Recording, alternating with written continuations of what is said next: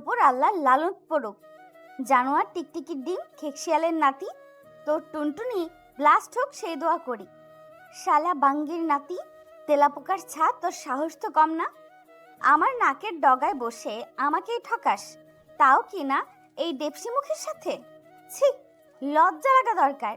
আর তুই ডাইনি, তোর ভালো হবে না দেখিস। তোর চুল সব ঝরে যাবে, তুই টাকলা হয়ে যাবি।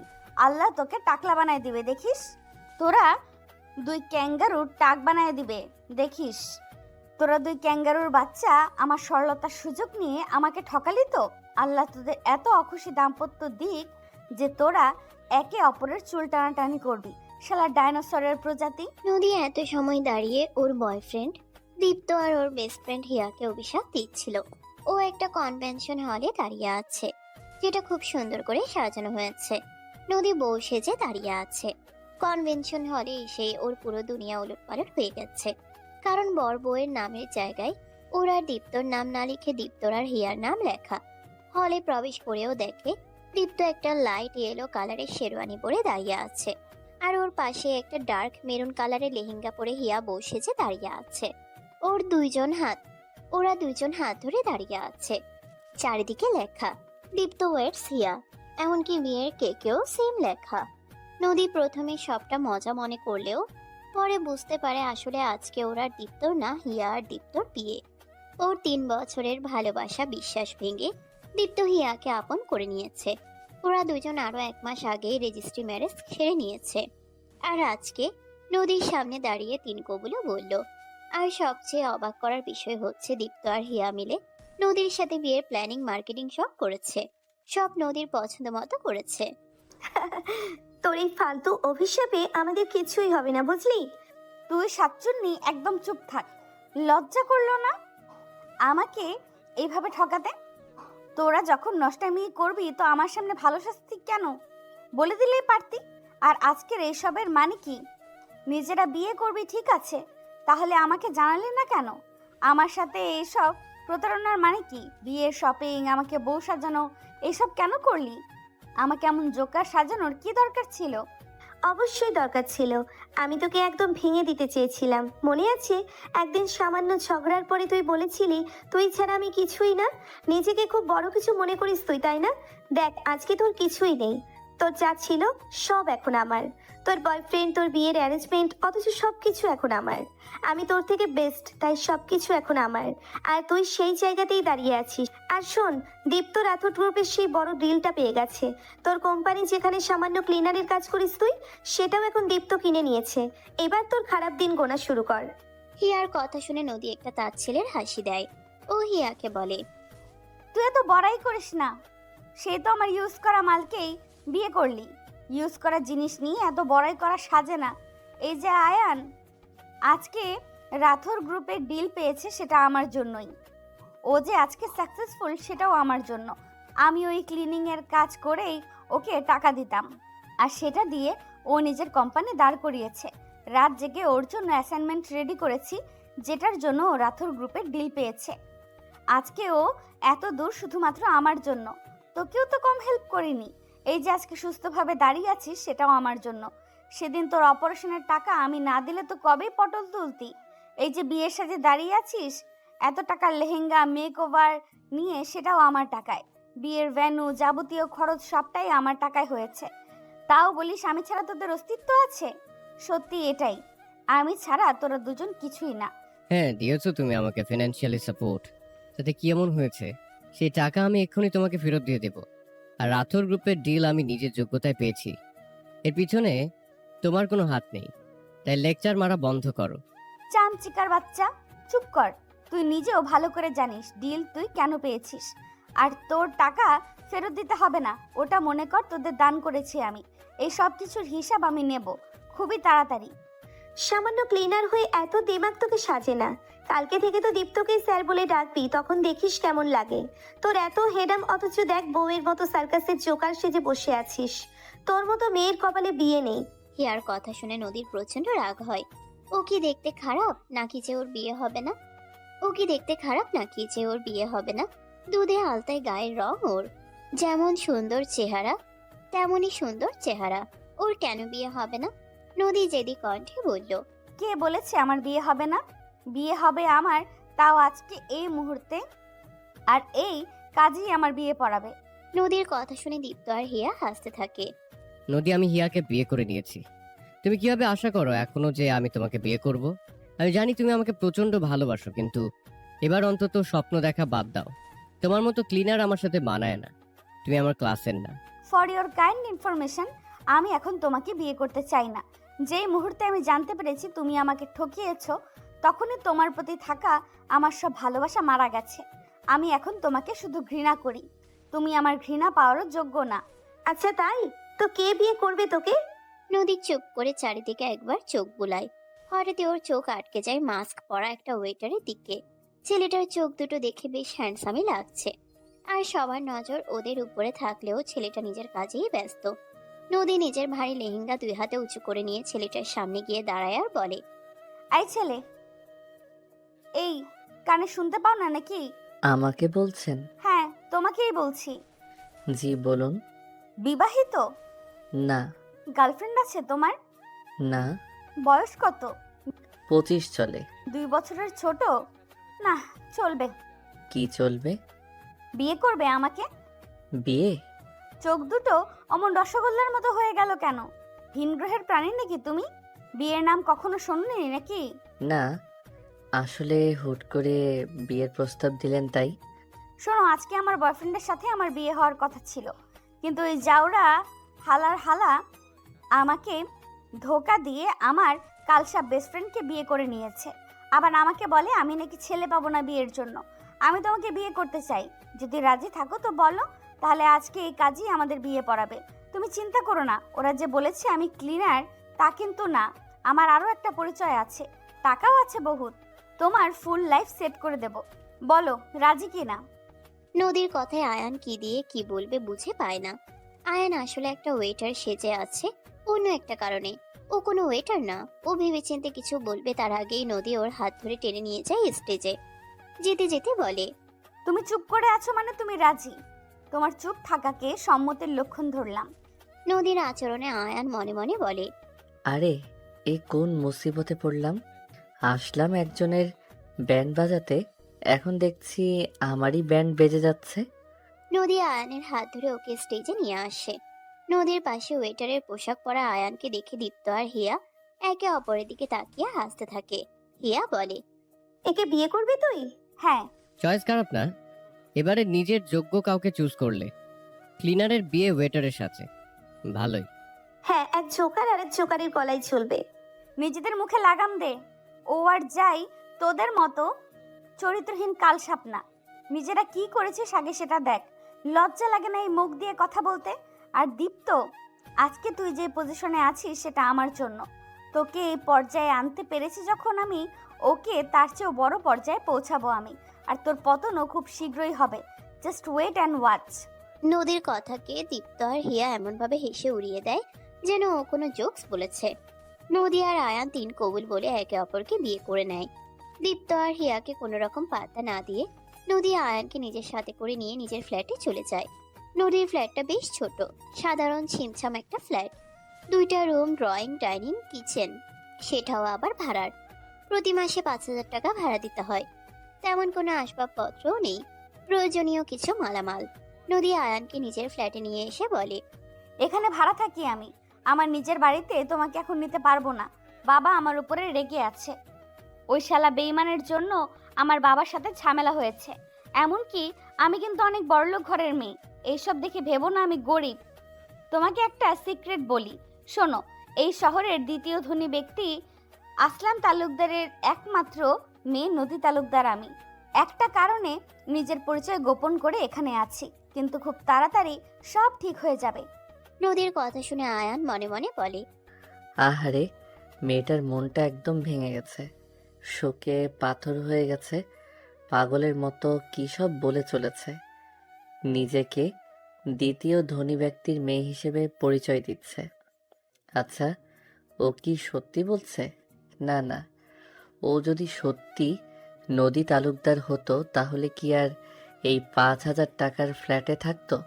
আর আমি যতদূর জানি নদী তালুকদার আপাতত পড়াশোনা শেষ করে ভ্যাকেশনের জন্য লন্ডনে আছে। দীর্ঘ 5 বছর যাবৎ বিদেশে আছে সে। ও কি করে নদী তালুকদার হবে? মেয়েটার মাথায় সমস্যা দেখা দিয়েছে। কালকে একবার একে ডাক্তারের কাছে নিতে হবে। আজকে অ্যাপয়েন্টমেন্ট নিয়ে রাখতে হবে। মেয়েটা কর্মঠ আছে, কাজ করে, ভালোই সেভিংস করেছিল, আর সব টাকা দিয়ে ওই বেইমানকে এই পর্যায়ে এনে এখন ধোঁকা খেলো। ওকে আমি আর কোনো কষ্ট পেতে দেব না। আমার ব্যক্তিগত কারণে নিজের পরিচয় গোপন করা না লাগলে ওকে বাসায় নিয়ে যেতে পারতাম, কিন্তু কিছু করার নেই। এখন কিছুদিন এখানেই কষ্ট করে কাটাতে হবে। শোনো, তুমি ওই রুমটায় ঘুমাবে আর আমি এটাই। চিন্তা করো না, ফ্যান আছে রুমে। কয়টা দিন সময় দাও, এসি লাগিয়ে দেব। আর হ্যাঁ, তোমাকে আমি দীপ্তর থেকে বড় পর্যায়ে নিয়ে যাব, প্রমিস। নদীর কথা শুনে আয়ান আবারও মনে মনে বলে, মেয়েটার টাকা না থাকলেও মনটা অনেক বড়। চিন্তা করো না বউ, তোমার এসি রুমে ঘুমানোর এত যখন শখ, আমি সেই শখ ঠিকই পূরণ করব। আয়ান আর নদী একে অপরের রুমে চলে যায়। একটু পরে নদী আয়ানের রুমে আসে, এসে বলে, বলছি, তোমার কোনো জামা কাপড় নিয়ে আসোনি? চলো শপিংয়ে যাই, তোমার জন্য কিছু কাপড় কিনে নিয়ে আসি। আমি নিজে কিনে নেব, তোমার টাকা খরচ করতে হবে না। আরে ধুর, আমার টাকা মানে তো তোমার টাকা, তুমি এত প্যারা নিও না তো। আর তাছাড়া ওয়েটারের জব করে তুমি কত টাকাই বা স্যালারি পাও? 7-8 হাজার। এই টাকাতে তোমার হাত খরচও হয়তো ঠিক মতো চলে না। তুমি চলো, আমি আছি, তোমাকে চিন্তা করতে হবে না। নদী আয়ানকে জোর করে শপিং মলে নিয়ে যায়। ও আয়ানকে নিয়ে কাছাকাছি একটা শপিং মলে যায়। আয়ানই ওকে সেখানে নিয়ে যায়। আয়ান আসলে কোনো গরিব ওয়েটার না, ও এই শহরের 1 নাম্বার ধনী বিজনেসম্যান। এই শপিং মলটাও ওর। আয়ান বাসা থেকে বের হওয়ার আগে ওর ম্যানেজারকে কল দিয়ে বলে রাখে এই মলে যেন আজকে ছেলেদের কাপড়ের উপরে 70% ডিসকাউন্ট চালু করে কিছু সময়ের জন্য। কারণ ওর মনে হয় নদী একজন ক্লিনার, খুব কষ্ট করে টাকা রোজগার করে, তাই নদীর কষ্টের টাকা ভাঙতে ওর খারাপ লাগে। ওরা মলে এসে দেখে 70% ডিসকাউন্ট চলছে। নদী মনে মনে খুশি হয়, কারণ ওর বাবা এখন ওকে পকেট মানি একটু কম দেয়, তাই যত কম খরচ তত ওর জন্য ভালো। 1788 নদী আয়ানের জন্য কিছু শার্ট আর প্যান্ট পছন্দ করতে থাকে। তখনই ওদের দেখা হয় দীপ্ত আর হিয়ার সাথে। ওরা দুজনে শপিং করতে আসে। নদী আর আয়ানকে শপিং মলে দেখে হিয়া টিটকারি সুরে বলে, আরে তুই এখানে? তোদের মতো নিচু মানুষেরা এখানে শপিং করতে এসেছিস? এফোর্ড করতে পারবি এসব? এতদিন তোদের 2টাকে যখন এফোর্ড করতে পেরেছি, তখন এটাও পারবো। অবশ্যই এগুলো যথেষ্ট এক্সপেন্সিভ, তোদের মতো চিপ না। কথা একটু বেশিই বলছো। তোমার কি মনে হয় না তুমি অসভ্যতা করছো? ভুলে যেও না, এখন আমি তোমার অফিসের বস। 2 দিন পরে যখন অফিসে যাবে, তখন তোমার ঠিক কি হাল করি দেখো। বস মাই ফুড। তোর মতো ফকির নিয়ে আমার বস হওয়ার যোগ্যতা রাখে না। তোর বসগিরি না বাইরে গিয়ে দেখাবি, বুঝলি? অফিসে বসে আমার রেজিগনেশন লেটার পেয়ে যাবি। অফিসে ঢুকেই আমার রেজিগনেশন লেটার পেয়ে যাবি। তোর আন্ডারে আমি চাকরি করব, সেটা তুই ভাবলি কি করে রে? খুব তো চাপার জোর দেখাচ্ছিস। চাকরি ছাড়লে আর পাবি এত টাকা বেতনের একটা চাকরি? দীপ্ত বললে আর কেউ তোকে চাকরিতে নেবে না, তখন খাবে কি, চলবে কি করে? তোর এই ওয়েটার বরের যে ইনকাম, তাতে করে একবেলা তো ঠিক করে খেতে পারবি না। সেই তো এখন আবার দীপ্তর পায়ে এসে পড়তে হবে। আমার এতটাও খারাপ দিন আসেনি যে আমার বউকে কারো পায়ে গিয়ে পড়তে হবে। আমার বউকে খাওয়ানোর ক্ষমতা আমার আছে। আর হ্যাঁ, আমি চাইলে আমার বউকে ভালো রাখতে পারবো। যতটা ভালো ও তোমাকে রাখবে, তার চেয়ে 100 গুণ বেশি ভালো। ও তাই নাকি? তা তোর কাছে ভালো থাকার মানে কি? টিনের বাড়িতে মানে বস্তিতে থাকা আর নুন ভাত খাওয়া, তাই তো? কিন্তু আমার কাছে ভালো থাকার মানে এসব না, একটু ভিন্ন। এই যেমন ধর, ওই 18,000-এর 2 পিস আর ওই 16,000-এর পার্সটা, আর তার সাথে এই ফেস পাউডার যেটার দাম 9,000 টাকা। আমার কাছে ভালো থাকার মানে এসব। এই যে সবগুলো জিনিস আমার পছন্দ হলো, আমার ভালো থাকার কারণ এসব। আর এই সব কিছু এখন আমার হাজবেন্ড আমাকে কিনে দেবে। Baby, I want this. Of course baby, তোমার যা যা ভালো লাগবে সব কিনে দেবো তোমাকে। সি, এখানে মোট 44,000 টাকা জিনিস, মাত্র 3টে জিনিসের দাম। আরও তো কত কিছু কেনাকাটা করি আমি। পারবি নদীকে এসব কিনে দিতে? অবশ্য এত টাকা জীবনে কখনো একসাথে চোখে দেখেছিস কিনা সন্দেহ আছে। হিয়ার কথা শুনে নদী প্রচুর রেগে যায়। আয়ানেরও মাথা গরম হয়। নদী হিয়াকে কিছু বলতে যাবে, তার আগে আয়ান গিয়ে একটা ডিজাইনার শাড়িতে হাত বুলায়। শাড়িটা নিয়ে গিয়ে নদীর গায়ের উপরে রাখে। তারপর একজন স্টাফকে বলে শাড়িটা প্যাক করে দিতে। দীপ্ত আর হিয়া প্রথমে হাসাহাসি করলেও যখন দেখে শাড়ির দাম 52,000 টাকা তখন একটু দমে যায়। হিয়া টিটকারি করে বলে, তোর মাথা ঠিক আছে? শাড়ির প্রাইস ট্যাগ দেখেছিস? একার 52,000 টাকা শুধু শাড়ির দাম। এত টাকা বাপের জন্য চোখে দেখেছিস? আমার সাথে পাঙ্গা নেওয়ার জন্য এত দামি শাড়ি প্যাক করাতে বলো না। এটা কিন্তু পরে আর রিটার্ন নেবে না। তখন কিন্তু আটকে রেখে জামাই বউ দুইটাকেই উদুম কেলানি দেবে। হ্যাঁ সেটাই, ক্ষমতা না থাকলে এত হয়ে হ্যাডম দেখানো ঠিক না। এরা তোর এই ফুটপাতের দোকানদার না যে পরে ফেরত নেবে, পরে কিন্তু পালানোর পথ খুঁজে পাবি না। অনেকক্ষণ ধরে অনেক বাজে বাজে বকে চলেছিস তোরা দুটো। আমি থাকতে আমার বরের গায়ে হাত দেবে কার এত সাহস? আমি কি মরে গেছি নাকি? আর কে বলেছে তোদের এই শাড়ি কেনার ক্ষমতা আমাদের নেই? এতটাও ভিখারি নই আমি। আমি এক্ষুনি পেমেন্ট করে দিচ্ছি। নদী, থামো তুমি। শাড়িটা আমি তোমাকে কিনে দিচ্ছি, তাই পেমেন্ট আমি করব। আমার যথেষ্ট যোগ্যতা আছে নিজের বউকে এই দামি শাড়িটা কিনে দেওয়ার। এর থেকেও দামি শাড়ি কেনার যোগ্যতা আর ক্ষমতা দুইটাই আমার আছে, কিন্তু ফালতু কাউকে নিজের যোগ্যতা প্রমাণ করার প্রয়োজন মনে করছি না আমি। এই তুমি ফালতু কাকে বললে? হ্যাঁ, যার গায়ে লেগেছে তাকেই বলেছি। দেখা যাবে কে ফালতু আর কে ভালো। দাও দাও, বিলটা দাও। বিল না দিতে পারলে তখন তো সেই আমার পায়ে এসে পড়তে হবে। I am waiting for that. যদি তোমার পায়ে বা পড়া লাগে? শোন, এত ফটর ফটর করিস না। তুই নিজেও জানিস তুই বিল দিতে পারবি না। যদি পারি তাহলে কি হবে? যদি তুমি বিল দিতে পারো তাহলে আমি তোমার পায়ে ধরে ক্ষমা চেয়ে এখান থেকে চলে যাব। ওকে, ঠিক আছে। তবে হ্যাঁ, যদি তুমি বিল দিতে না পারো তাহলে কিন্তু তোমাকে আমার পায়ে ধরে ক্ষমা চাইতে হবে। বলো রাজি? মগের মূল্য পেয়েছো নাকি? আমরা কোনো শর্তে রাজি না। আয়ান দাঁড়াও, আমি বিলটা ক্লিয়ার করে দিচ্ছি। আমি রাজি, তোমার শর্তে আমি রাজি। হেরে গেলে শাস্তিটা মাথায় রেখো। নদী আয়ানের হাত ধরে ওকে একপাশে টেনে নিয়ে গিয়ে বলে, আয়ান তুমি জেদ করছো কেন? আমি তো বলছি তোমার টাকা দিতে হবে না। আমি দিচ্ছি টাকা। আর ওদের শর্তে রাজি হলে কেন তুমি? তোমাকে এত চিন্তা করতে হবে না, আজকে ওরাই হারবে। তুমি রিল্যাক্স থাকো। তুমি এত টাকা কোথায় পাবে? আয়ান শোনো, বেশি বুঝবে না একদম। আমি আমার কার্ড দিচ্ছি তোমাকে, এটা নাও। এটাই যথেষ্ট টাকা আছে। এটা দিয়ে বিলটা পে করো। আর ওরা কিছু বুঝতেও পারবে না। কথাটা বলে নদী নিজের পার্স থেকে একটা ডেবিট কার্ড বের করে দেয়। আয়ান সেটা আবার নদীর হাতে ফেরত দিয়ে নিজের ওয়ালেট থেকে নিজের কার্ড বের করে নদীকে দেখিয়ে বলে, এতে যা টাকা আছে তা দিয়ে তোমার জন্য ওই শাড়িটা কেনার মতো ক্ষমতা আমার আছে। এখন তুমি যদি মনে করো তোমার স্বামী অক্ষম, তাহলে দাও তোমার কার্ড। আমি আসলে ওটা মিন করিনি। তুমি প্লিজ কষ্ট পেও না। আমি তোমাকে কষ্ট দিতে চাইনি। আমি আসলে চাই না যে তুমি কারোর সামনে ছোট হও। নদীর কথা শুনে আয়ান আর কিছু বলে না, শুধু একটা মুচকি হাসি দিয়ে ওর দিকে তাকায়। আর নদীকে টেনে আবারও দীপ্তদের সামনে নিয়ে আসে। ওদের আসতে দেখে হিয়া বলে, কি সলা পরামর্শ করে আসলি? টাকা নেই তাই না? ওরা কিন্তু আর ফেরত নেবে না। তোমরা দুইজন যদি আমার পায়ে ধরে ক্ষমা চাও তাহলে আমি বিলটা পে করে তোমাদের মারের হাত থেকে বাঁচাতে পারি। তোর কাছে আমার জুতাও মাফ চাইবে না।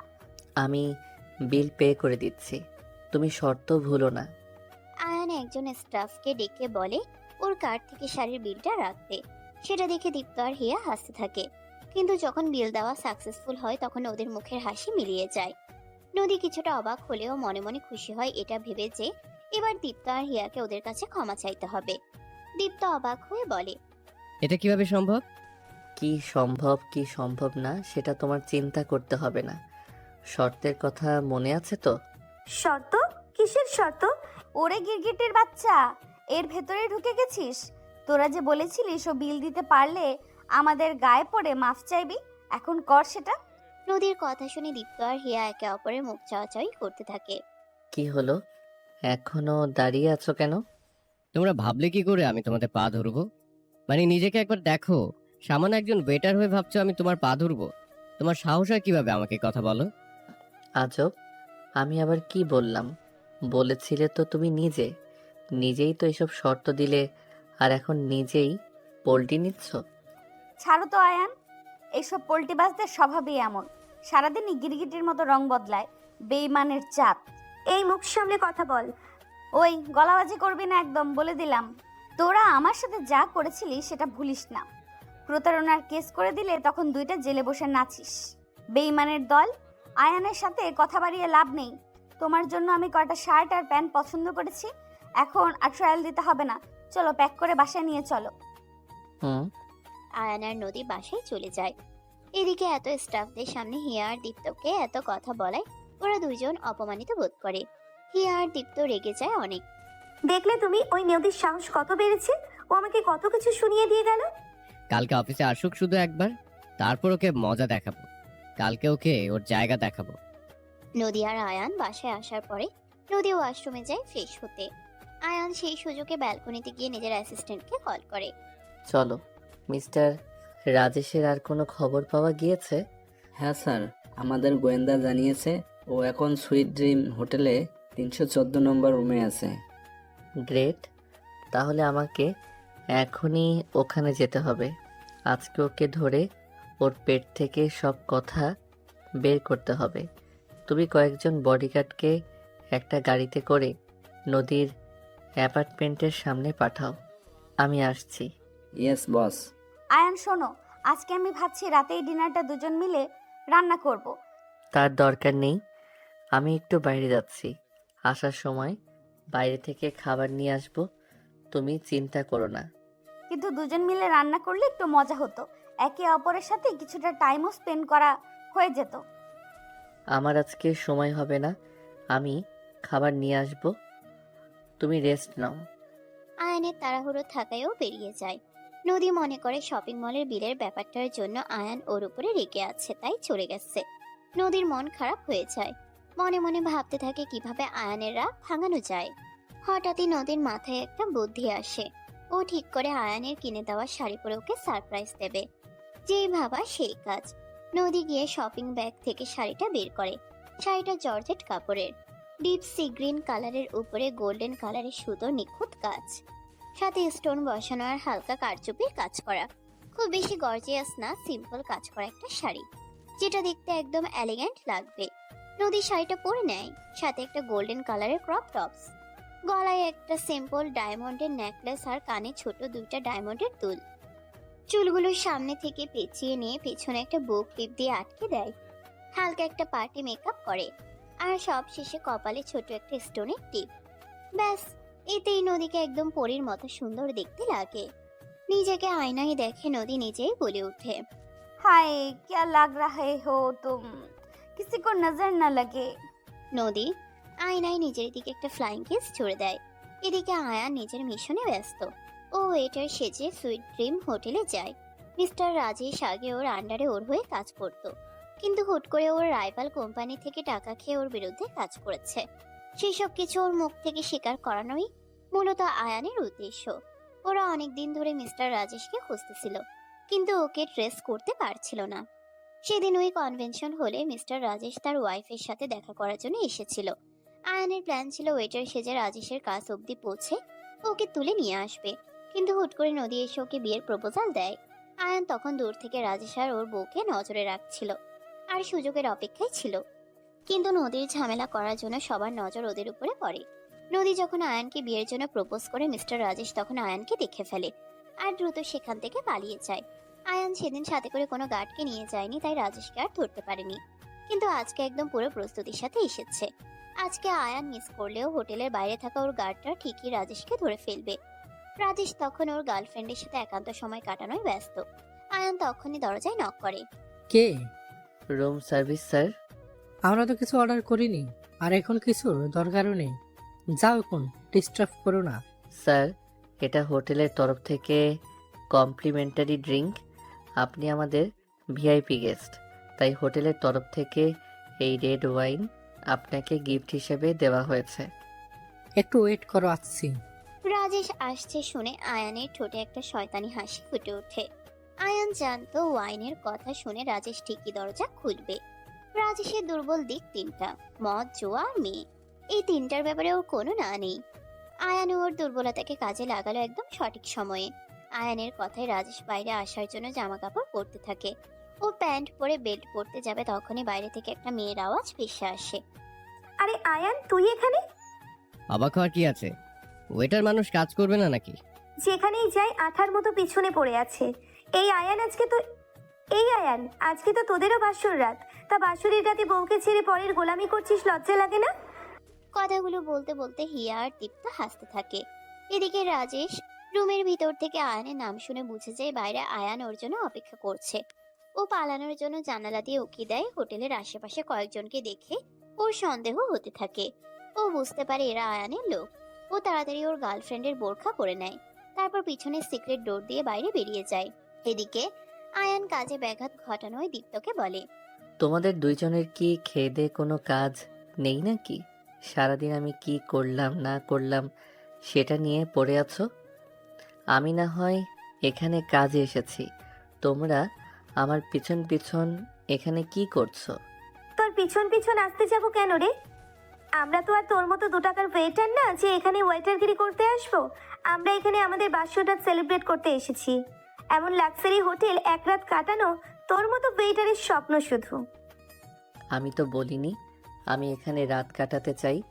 আমার ইচ্ছা হলে এর থেকেও লাক্সারিয়াস হোটেলে আমার বউকে নিয়ে নাইট স্পেন্ড করতে পারি, কিন্তু এইসব করার ইচ্ছা নাই। আর তোমরা দুইজন আমার পিছে কেন পড়ে আছো? যে কাজে এসেছো সেটা করো, মানুষের ব্যাপারে নাক গলাও কেন? তুমি আর তোমার বউ দুইটারই খুব পাকনা বেড়েছে, তাই না?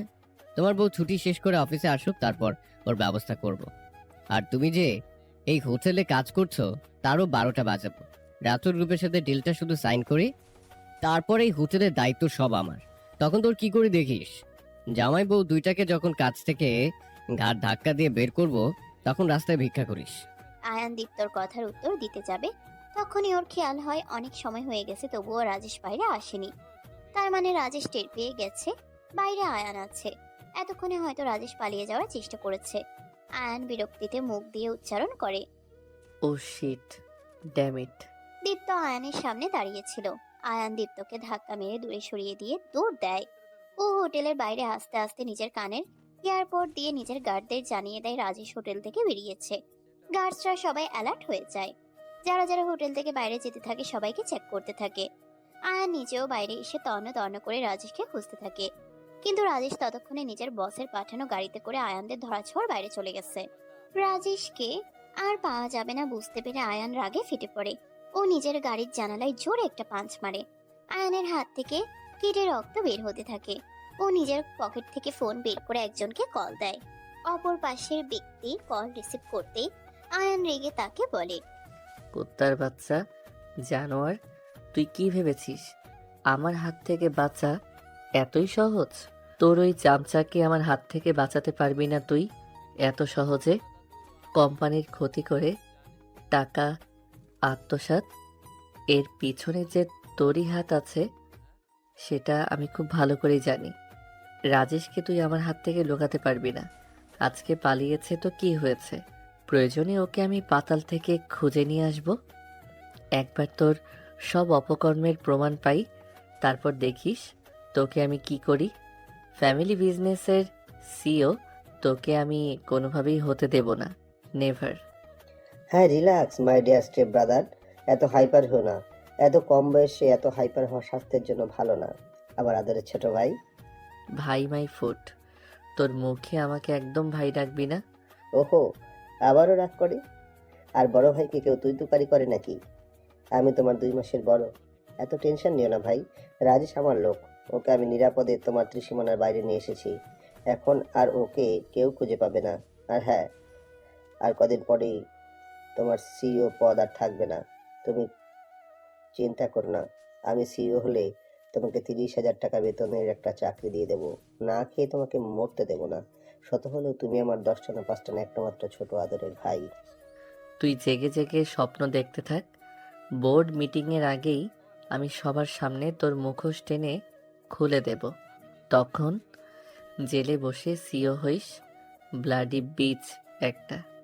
আয়ান কল কেটে দিয়ে বাসার উদ্দেশ্যে রওনা দেয়। বাসায় যাওয়ার আগে একটা বারে গিয়েও মদ খায় নিহালের উপরে রাগ করে। আয়ান আর নিহালের বাবা এক হলেও মা আলাদা। আয়ানের বাবা মিস্টার আফজাল চৌধুরী, নিহালের মা ওনার প্রথম স্ত্রী। নিহালের মা ছিল একজন সাধারণ পরিবারের মেয়ে। পরিবারের পছন্দ মতো আফজালের সাথে ওনার বিয়ে হয়।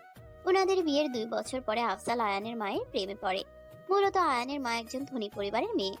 টাকার লোভে উনি আয়ানের মাকে বিয়ে করেন। আয়ানের মা জানতো না ওনার প্রথম স্ত্রীর কথা। উনি খুব নিখুঁত অভিনয় করে 2টা মেয়েকেই ঠকাচ্ছিল এবং তাদের সাথে সংসার করে চলেছিল। কাকতালীয়ভাবে আয়ান আর নেহালের জন্মের পার্থক্য মাত্র 2 মাস। নেহালের যখন 6 মাস বয়স, তখন ওর মা সব সত্যিটা জানতে পারে।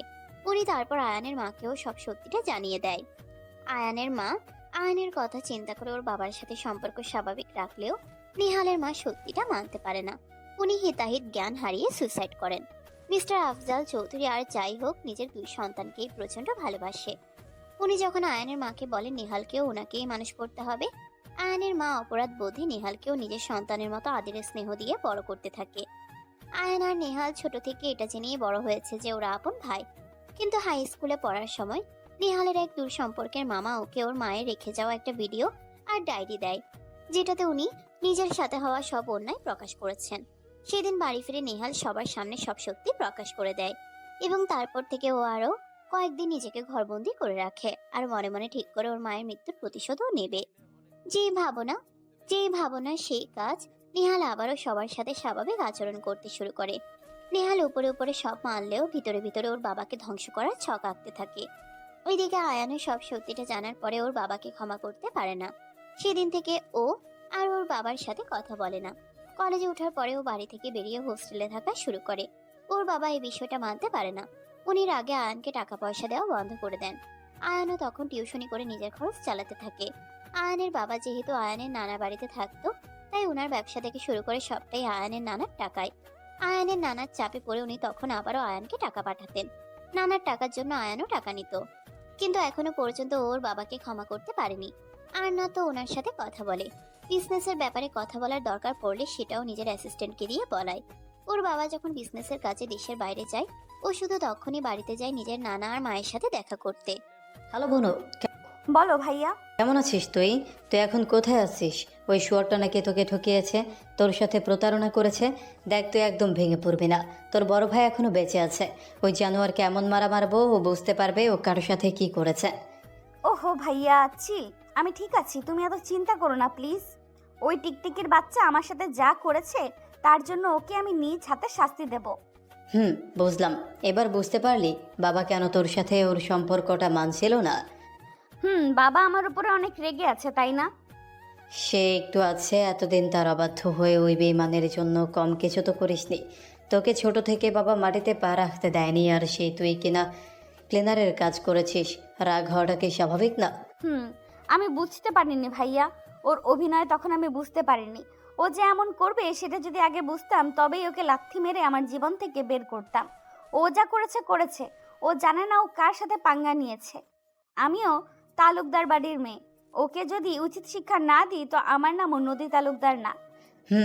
ঠিক আছে, বাবার রাগ কমলে আমি তোকে জানাবো, তখন ভদ্রমের মতো বাসায় চলে আসবি। আচ্ছা ঠিক আছে। বনু শোন। বলো। তুই যখন বিদেশে ছিলি তখন আমার একজনের সাথে ফ্রেন্ডশিপ হয়েছিল। এখনও আমার বেস্ট ফ্রেন্ড। এই শহরের নাম্বার 1 বিজনেসম্যান, চৌধুরী গ্রুপের সিইও। ছেলে হিসেবে খুবই ভালো আর ডিসেন্ট। বাবারও ওকে খুব পছন্দ। বাবা আর আমার ইচ্ছা তোর আর ওর বিয়ে দিব। তুই এবার বাড়িতে আসলে তোর সাথে ওর পরিচয় করিয়ে দিব। আশা করি তোরও ওকে ওর পছন্দ হবে। ভাইয়ার কথা শুনে নদীর বিষম লাগে, কারণ ও তো অলরেডি বিয়ে করে নিয়েছে। ও যদিও আয়ানের আসল পরিচয় জানে না, তবুও ওর কাছে আয়ান তো আয়ান চৌধুরী না, তাই বিয়ের কথা শুনেই ওর বিষম লাগে। নদী ওর ভাইয়াকে বলে, ভাইয়া আমি না আরেকটা আকাম করে ফেলেছি। কি করেছিস? ভাইয়া আমি বিয়ে করে ফেলেছি। কি করে, কখন, কাকে? ছেলের নাম কি? ওয়েট দম নাও একটু। যেদিন আমি আর দীপ্তর বিয়ে হওয়ার কথা ছিল ওই দিনই আমি বিয়ে করেছি। ওরা আমাকে অপমান করে বসেছিল, আমার নাকি বিয়ে হবে না কখনো, তাই রাগে আমি বিয়ে করে নিয়েছি ওদের সামনে। তুই আবারও একটা ছেলেকে নিজের লাইফে জায়গা দিলি। ছেলের ফ্যামিলি ব্যাকগ্রাউন্ড কি করে? তা তো জানি না। ওর সাথে ওই দিনই প্রথম পরিচয় আমার। ও একজন সাধারণ ছেলে, ওয়েটারের জব করে। ওর পরিবারের বিষয়ে তেমন কিছু জানি না আমি। ওয়েটার? আবারও তুই ভুল পথে পা বাড়াচ্ছিস। বাবা জানতে পারলে এবার তোকে গুলি করে মারবে, দেখিস। আসলে তখন রাগে আমার মাথা কাজ করছিল না, কিন্তু এই ছেলেটা ওই দীপ্তর মতো না, বিশ্বাস করো। ও খুবই অনেস্ট, ওর ভেতরে টাকার লোভ নেই। বাহ, 3 বছরে একজনকে চিনতে পারলি না, আর একদিনে আর একজনকে অনেস্ট বানিয়ে দিচ্ছিস। এবার কিছু হলে তখন কিন্তু আমাকেও পাশে পাবে না, বলে দিলাম। আহ, এত রাগ করো না তো, আল্লাহ ভরসা। ওই ছেলের ছবি আছে কোনো? থাকলে পাঠাতেও, আমি খোঁজ নিচ্ছি। আছে একটা। আজকে একটা সেলফি তুলেছিলাম, দাঁড়াও পাঠাচ্ছি। নদী ওর ভাইকে আয়ানের ছবি পাঠাবে তার আগেই দরজায় আয়ান এসে নক দেয়। নদী কল কেটে আগে যায় দরজা খুলতে। ওর আর মনে থাকে না ছবি পাঠানোর কথা। দরজা খুলতেই দেখে আয়ান হাতে একটা প্যাকেট নিয়ে দাঁড়িয়ে আছে।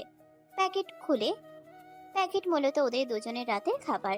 নদী আয়ানের হাত থেকে প্যাকেটটা নিতে আয়ান ওকে সাইড কাটিয়ে ঘরে ঢুকে। আয়ান নদীর সাথে কোনো কথা না বলেই ওয়াশরুমে যায় গোসল করতে। ও যে নেশা করেছে সেটা যেন নদী বুঝতে না পারে, তাই ও তাড়াতাড়ি ফ্রেশ হতে যায়। এদিকে নদী মনে করে আয়ান ওর উপরে রেগে আছে, তাই ওর সাথে কথা বলছে না। নদী মনে মনে অনেক কষ্ট পেতে থাকে। রাতে খাওয়ার সময়ও আয়ান নদীর সাথে কোনো কথা বলে না। ও মনে মনে চিন্তা করে কথা বললে নদী হয়তো ওর মুখ থেকে মদের গন্ধ পেয়ে যাবে, আর টের পেয়ে যাবে ও ড্রিঙ্কস করেছে। নদী মন খারাপ করে নিজের খাওয়া শেষ করে। আয়ান নদীর দিকে বারবার আর চোখে তাকিয়ে দেখে যে নদী ওর কিনে দেওয়া শাড়িটা পরেছে। ও মনে মনে ঠিকই নদীর প্রশংসা করতে থাকে। রুমে আসার পরে নদী রাগ করে ওর নেকলেস খুলতে যায়। তখন আয়ান সেটা খেয়াল করে দূর থেকে বলে, খুলছো কেন? ভালোই তো লাগছে। আয়ানের মুখে প্রশংসা শুনে নদী মনে মনে খুশি হলেও মুখে মেকি রাগ দেখিয়ে বলে, খুলবো না তো কি করব? কেউ তো আর আমার দিকে নজর দিচ্ছে না, আমার প্রশংসা করছে না। সে তো মলের ব্যাপারটা নিয়ে রাগ করে মুখ ফুলিয়ে বসে আছে, সামান্য কথাটাও বলছে না আমার সাথে। নদীর বাচ্চা বাচ্চা কথা শুনে আয়ানের হাসি পায়। ও নিজের হাসি কোনো মতে সামলায়। আয়ানের মদ খাওয়ার অভ্যাস নেই। মদ খেলে অল্পতেই ওর নেশা হয়ে যায়। ও নিজেকে সামলাতে পারে না। আজকেও ও নিজের কাছে কিছুটা অস্বাভাবিক ফিল হচ্ছে। সবেমাত্র নেশার ঘোর আসছে, তাই ও নিজেকে নদী থেকে দূরে রাখার চেষ্টা করছে। কারণ একবার নেশা ধরে গেলে ও কি করে ওর হুঁশ থাকে না। নদীকে আজকে অতিরিক্ত সুন্দর লাগছে। আয়ান এমনিতেই ওর থেকে চোখ ফেরাতে পারছে না, তার উপর আরো নেশা করে আছে। নেশার ঘরে উল্টাপাল্টা কিছু করে না বসে, সেই ভয়ে আয়ান নদীর থেকে দূরে থাকছে। কিন্তু নদীর বাচ্চাদের মতো রাগ দেখে আর চুপ থাকতে পারে না আয়ান। মলের কোন ব্যাপার? ওই যে তখন আমি বিল দিতে চাইলাম আর তোমার ইগো হার্ট হলো, সেই ব্যাপার নিয়ে এখনো কেমন রেগে আছো তুমি, আর এমন ভাব করছো যেন কিছুই জানো না। আমি তো তখন সরি বললাম তোমায়। আমি আসলে তোমাকে অপমান করতে বা ছোট করতে বিল দিতে চাইনি। আমি ভেবেছিলাম তোমার কাছে এত টাকা নেই, তাই জোর করেছিলাম আমার কার্ড নিতে, কারণ আমি চাইনি তুমি ওদের সামনে ছোট হও, ওদের কাছে মাথা নিচু করো। অথচ দেখো, তুমি আমাকে ভুল বুঝলে, আমার উপরে রেগে আছো, কথাও বলছো না। নদী কথাটা বলে মন খারাপ করে মাথা নিচু করে দাঁড়িয়ে থাকে। আয়ান নদীর কাছে এসে ওর থুতনি ধরে মাথাটা উঁচু করে বলে ওঠে, মাশাল্লাহ, আমার বউকে একদম পরীর মতো সুন্দর লাগছে। তোমাকে সুন্দর দেখানোর জন্য এত সাজের দরকার নেই, তুমি এমনিতেই একটা পরী। আর হ্যাঁ, আমি তোমার উপরে রেগে নেই। আয়ানের থেকে প্রশংসা পেয়ে লজ্জায় নদীর চোখ মুখ লাল হয়ে যায়। ও নিজেকে সামলে বলে, রেগে নেই তাহলে সারাদিন আমার থেকে 10 মাইল দূরে ছিলে কেন? আর আমার সাথে কথা কেন বলছিলে না? তোমার থেকে দূরে ছিলাম বলে তোমার কি কষ্ট হচ্ছিল নাকি? তোমার কাছে কাছে চাই, সেটা চাও? হ্যাঁ মানে না, আসলে আমাকে কেউ ইগনোর করলে আমার অনেক খারাপ লাগে। এখন মজা না করে কারণ বলো। ও আচ্ছা, আসলে আজকে আমার কাজের ওখানে একটা সমস্যা হয়েছিল, তাই মন মেজাজ একটু গরম হয়ে গেছিল, তাই রাগের বশে একটু ড্রিঙ্ক করেছি। আমি কিন্তু এমনিতে এসব খাই না রেগুলার। আজকে যে কি হলো নিজেকে আটকাতে পারলাম না। তুমি যাতে বুঝতে না পারো তাই তোমার থেকে একটু দূরে ছিলাম। আমার মনে হচ্ছিল আমি কথা বললে বা তোমার কাছাকাছি আসলে তুমি গন্ধ পেয়ে টের পেয়ে যাবে, কিন্তু তুমি যে মন খারাপ করবে সেটা বুঝতে পারিনি। ও আচ্ছা, তুমিও না একটা পাগল। এরকম কেউ করে? মাঝে সাঝে ড্রিঙ্ক করাই যায়, তবে এরপর থেকে আর কখনো ড্রিঙ্ক করতে পারবে না তুমি। এটা তোমার শাস্তি। আর কি করা যাবে না? আমার থেকে কিছু লুকানো যাবে না। আয়ান নদীর সাথে কথা বলতে বলতে নেশার ঘরে চলে যায়। নদী সেটা বুঝতেও পারে না। ও নিজের মতো বক বক করতে থাকে, আর আয়ান ঘোর লাগা চোখে ওকে দেখতে থাকে। আর কোনো বিধিনিষেধ? সব সময় আমার প্রশংসা করতে হবে। আমার থেকে দূরে থাকা যাবে না আজকের মতো। আজকে দূরে আছি কারণ আমার নেশা চড়ে গেলে হুঁশ থাকে না। তখন যদি তোমার সাথে উল্টাপাল্টা কিছু করে ফেলি? এটা নিয়ে ভয় পাওয়ার কি আছে? আমি তো বাইরের কেউ না, তোমার বউ। নদী আরো কিছু বলবে তার আগে আয়ান ওর এক হাত ধরে টান দিয়ে ওকে নিজের কাছাকাছি নিয়ে আসে। নিজের দুই হাত দিয়ে নদীর মেদহীন কোমর জড়িয়ে ধরে। আয়ানের কাজে নদী ভেবাচাকা খেয়ে যায়। প্রথমবার কোনো পুরুষের এতটা কাছাকাছি যাওয়ায় নদী লজ্জায় একদম বরফের মতো জমে যায়। আয়ান কি করছো কি?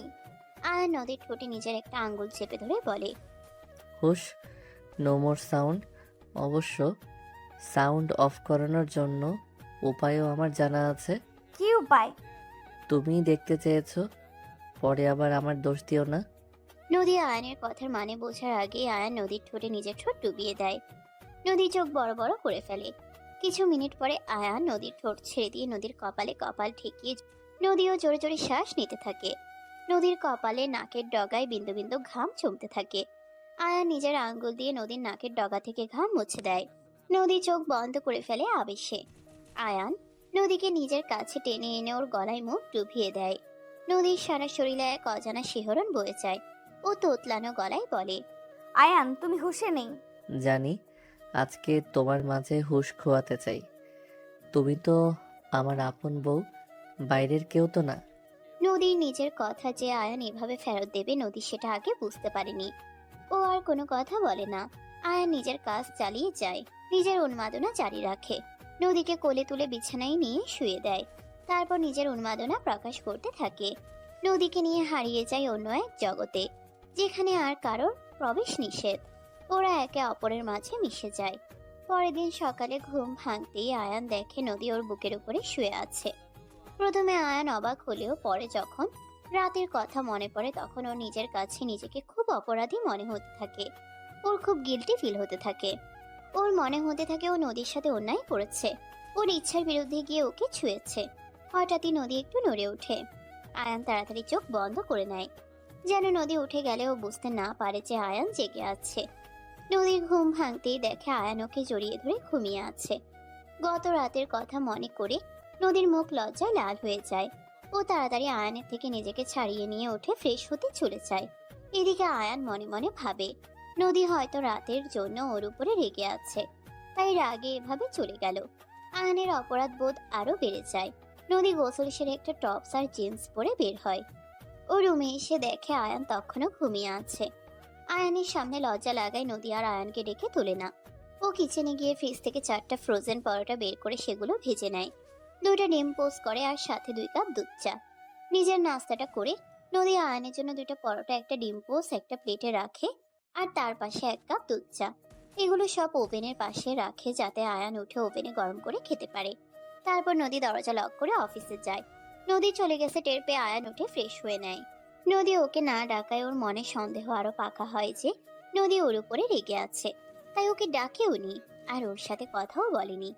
আয়ান মন খারাপ করে নদীর রেখে যাওয়া নাস্তা আর চা ওভেনে গরম করে খেয়ে নেয়। তারপর রেডি হয়ে অফিসের উদ্দেশ্যে রওনা দেয়।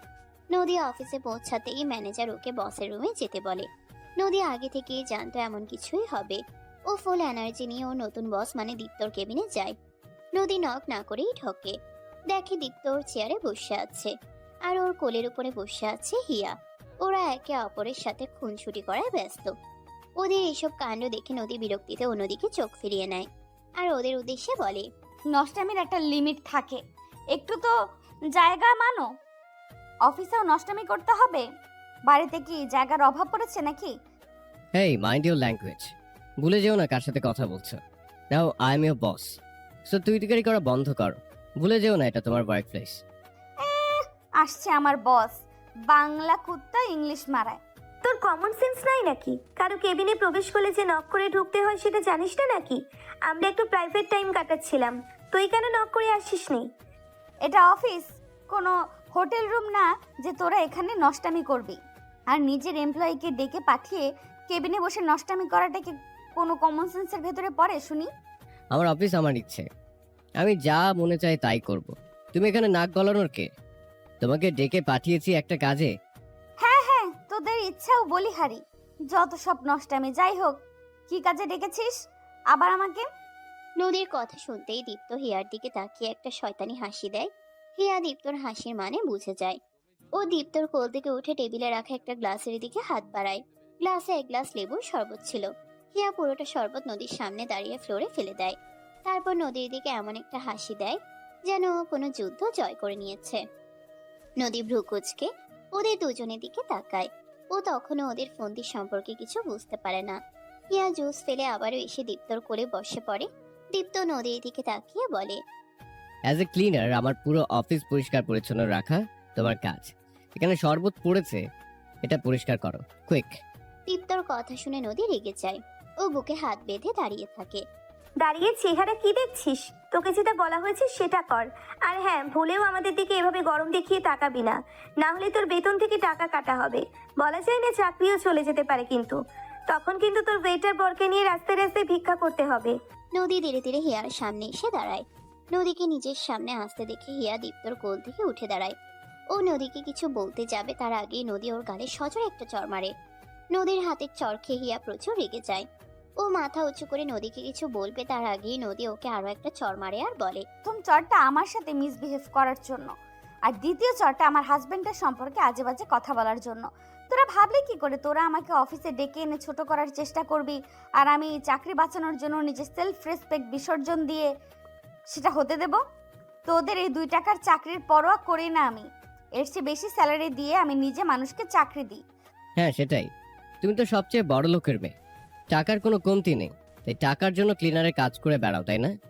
এত মিথ্যা বলা শিখেছো কবে থেকে? হ্যাঁ, আর আমার বউকে মারার সাহস পেলে কিভাবে তুমি? এক্ষুনি ওর কাছে ক্ষমা চাও, নাহলে সত্যি এবার নিজের চাকরি হারাবে। আমি কখনো মিথ্যা বলি না। আর হ্যাঁ, এটা সত্যি যে আমি এই শহরের দ্বিতীয় ধনী ব্যক্তির মেয়ে, নদী তালুকদার। ওকে আমি মেরেছি ওর দোষে, এর থেকে বেশি ওর প্রাপ্য। ওর কাছে ক্ষমা চাওয়ার কোনো প্রশ্নই আসে না। আর এই যে বারবার চাকরির ভয় দেখাচ্ছ, তোমরা এই চাকরি থেকে রিজাইন করতেই আমি আজকে অফিসে এসেছি।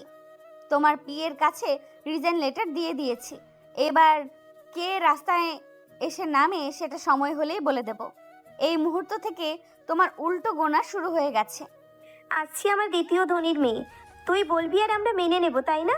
নদী তালুকদার এখন বিদেশে আছে, নামের সাথে একটু মিল আছে বলে নিজেকে নদী তালুকদার ভাবতে শুরু করে দিয়েছিস। কত বড় বেহায়া রে তুই! বেহায়া তো তুই। এই পর্যায়ে এতগুলো চর খেলি, তাও নিজের ঠোঁট কন্ট্রোল করতে পারলি না। আর শোন, তোদের বিশ্বাস করা না করায় আমার কিছু যায় আসে না, সময় হলে প্রমাণ পাবি। যাই হোক, গুড বাই। দীপ্ত নদীকে আটকাতে চায়, কিন্তু তার আগে নদী চলে যায়। একটু সময় পরে নদী আবারও দীপ্তর কেবিনে আসে। নদীকে দেখে দীপ্ত আর হিয়া খুশি হয়। ওরা ভাবে নদী হয়তো ক্ষমা চাইতে এসেছে, কিন্তু ওদের আশায় জল ঢেলে দিয়ে নদী দীপ্তর টেবিলের উপর একটা আংটি রাখে আর বলে, তোরে 200 টাকা গোল্ড প্লেটের রিং তোর বউকেই দে, আর আমি তোকে যে ডায়মন্ডের রিং দিয়েছিলাম সেটা ফেরত দে আমায়। তুমি বললেই ফেরত দেবো নাকি? ওটা আমাকে দিয়েছিলে, তাই ওটা এখন আমার। তোর লজ্জা করে না আমার সাথে এত কিছু করলি, এখন আবার আমার দেওয়া রিং নিজের কাছে রাখতে চাস? অবশ্য রাখবিই তো, ওটা তো আর তোর এই রিংয়ের মতো সস্তা না। ফেরত দে আমার রিং। দেখো যাও এখান থেকে, নাহলে কিন্তু আমি গার্ড ডেকে তোমাকে ঘাড় ধাক্কা দিয়ে এখান থেকে বার করব। ডাক্তার গার্ড, আমিও দেখি কে আমাকে রিং না দিয়ে এখান থেকে বার করে। তুই খুলবি না তো, তাই না? দাঁড়া, আমি খুলে নিচ্ছি। নদী এসে দীপ্তর হাত ধরে টানাটানি করে রিং খুলতে চায়, কিন্তু দীপ্ত কিছুতেই সেটা দিতে চায় না। শত হলেও ডায়মন্ডের রিং, দাম তো আর কম না। দীপ্ত হাত মুঠো করে রাখে। নদী ওর হাতের মুঠো কিছুতেই খুলতে পারে না। একজন পুরুষের শক্তির সাথে পেরে ওঠা তো সোজা কথা না। ও তাও চেষ্টা করতে থাকে। হিয়া এসে নদীকে পিছন থেকে টানতে থাকে। নদী এবার রেগে গিয়ে দীপ্তর হাত ছেড়ে দেয়। ও টেবিলে রাখা একটা ভারী ফুলদানি নিয়ে হিয়ার দিকে উঁচু করে বলে, এই শাকচুন্নি, আমাকে টানছিস কেন? আমার রিং আমি ফেরত নেব, তাতে আটকাচ্ছিস কেন? পরের জিনিসের প্রতি এত লোভ কেন রে? আর একবার আমাকে আটকাতে আয়, এই ফুলদানি দিয়ে মেরে একদম নাক ফাটিয়ে দেব তোর। নদীর কথা হিয়া ভয় পেয়ে যায়, কারণ ও জানে নদী যখন রেগে থাকে তখন ও যে কাউকে আঘাত করতে দুইবারও ভাবে না। হিয়ার দূরে এক কোণায় গিয়ে দাঁড়িয়ে থাকে। সেটা দেখে নদী একটা হালকা হাসি দিয়ে আবারও দীপ্তর হাত থেকে আংটি খোলার চেষ্টা করতে থাকে, কিন্তু কিছুতেই পেরে ওঠে না। দীপ্ত নদীর এই অবস্থা দেখে নদীর দিকে তাকিয়ে মুচকি হাসতে থাকে। দীপ্তকে হাসতে দেখে নদীর মাথার তার ছেড়ে যায় রাগে। ও এবার দীপ্তকে ছেড়ে দেয়। দীপ্ত মনে করে নদী নিজের হার স্বীকার করে নিয়েছে, কিন্তু নদীর করা পরবর্তী কাজ দেখে ও আর হিয়া আটকে ওঠে। নদী ফলের জুড়ি থেকে ছুরি নিয়ে দীপ্তর উদ্দেশ্যে বলে, তুই সহজ কথায় মানবি না তাই না, টিকটিকির বাচ্চা? আবার আমার দিকে তাকিয়ে হাসছিস? তোর হাসি আমি বের করছি, দাঁড়া। তোর আঙ্গুল কেটে আমি আমার আংটি বের করব। নদীকে ছুরি হাতে এগিয়ে আসতে দেখে দীপ্ত ভয় পেয়ে যায়। নদী এসে খপ করে দীপ্তর হাত চেপে ধরে। ও ছুরি দিয়ে দীপ্তর হাতে আঘাত করতে যাবে, তার আগেই দীপ্ত ভয়ে বলে, দাঁড়াও দাঁড়াও, দিচ্ছি তোমার রিং। তোমার জিনিস রেখে আমি কি করবো বলো? হয়তো মজা করছিলাম। ছুরি রাখো, আমি খুলে দিচ্ছি। এই তো এইবার পথে এসেছিস। আর শোন, আমি তোর বেআইন লাগি না যে তুই আমার সাথে মজা নিবি। নেক্সট টাইম থেকে সাবধান। আজকে আমার রিং নিলাম, আর কালকে সকালে তোর থেকে তোর সব কিছু কেড়ে নেব। যেই সফলতা আজকে তুই অর্জন করেছিস সেই সব আমার দেওয়া, আর তুই এসবের যোগ্য না। কালকের দিনটা তোর জীবনের সবচেয়ে কষ্টের দিন হতে চলেছে। নদী রিং নিয়ে চলে যায়। দীপ্ত আর হিয়া ওর বলা কথাগুলো হেসে উড়িয়ে দেয়। নদী অফিস থেকে বেরিয়ে নিজের বাড়িতে যাওয়ার জন্য রওনা দেয়। ও ঠিক করে আজকে একবার বাড়িতে গিয়ে ওর ভাইয়ার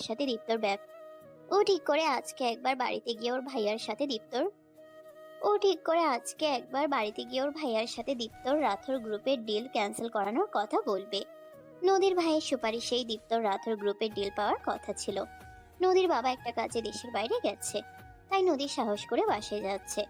বাবা বাসে থাকলেও জীবনেও এখন বাসায় যেত না, কারণ ও ওর বাবাকে খুব ভয় পায়।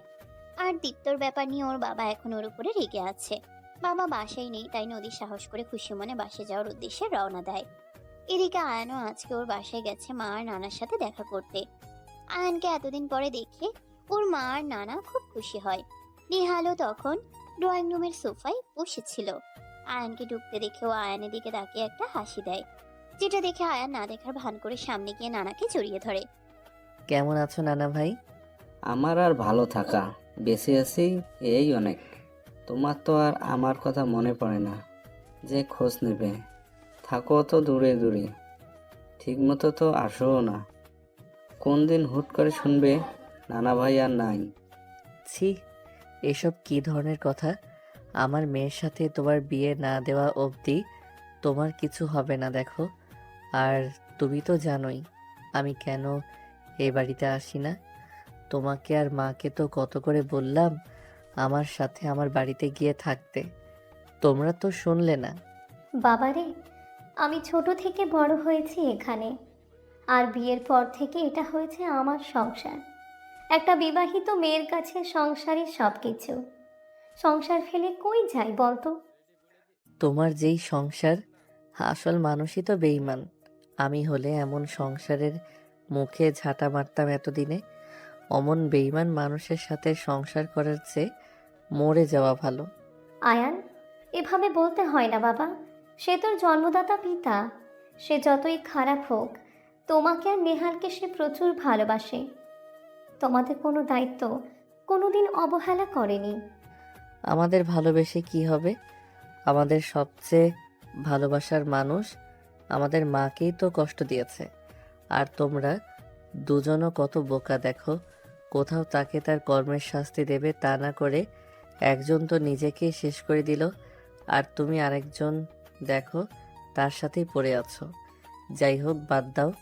ওই মানুষের ব্যাপারে আমি কোনো কথা বলতে চাই না। কি রান্না করেছো? অনেক দিন তোমার হাতে রান্না খাই না, খুব খিদে পেয়েছে। দাও, খেয়ে নেই আগে। তোমার খিদে পেয়েছে সেটা তুমি আমাকে আগে বলবে না? দাঁড়াও, আমি ভাত দিচ্ছি। নেহাল, তুমিও খেতে এসো। আয়ানের মা আয়ান, নেহাল আর আয়ানের নানাকে খেতে দেয়। খেতে বসে নেহাল আয়ানকে বলে, তা ভাই, তোমার কাজ কামের কি অবস্থা? সেই লোককে কি ধরতে পারলে? মনে আছে তো? আর মাত্র 1 সপ্তাহ পরে বোর্ড মিটিং। তখন কিন্তু তুমি নির্দোষ প্রমাণিত না হলে তোমাকে সিইও পদ থেকে সরিয়ে দেওয়া হবে। হা হা, খাওয়ার সময় এত কথা কিসের?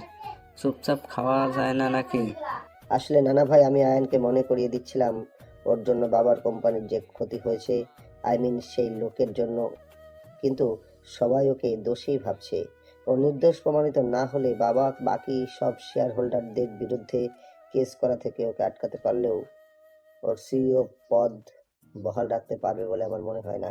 নেহালের খোঁচা মারা কথা শুনে আয়ানের রাগে চোখ মুখ লাল হয়ে যায়। ও নেহালের দিকে তাকিয়ে দাঁতে দাঁত চেপে বলে, ফর ইওর কাইন্ড ইনফরমেশন, কোম্পানিটা আমার নানার, তোমার বাবার না। ওই লোকের কোম্পানি হলে তার সিও হওয়া তো দূর, আমি সেখানে পাও রাখতাম না। আর হ্যাঁ, আমার লোকজন অলরেডি মিস্টার রাজেশের হদিস পেয়ে গেছে। এখান থেকে বেরিয়ে আমি সেখানেই যাব। তুমি চিন্তা করো না, ও এবার আর আমার হাত থেকে পালাতে পারবে না। বোর্ড মিটিংয়ের দিন সবার সামনে সব সত্যি আসবে, আর আসল দোষী তার যোগ্য শাস্তি ও পাবে।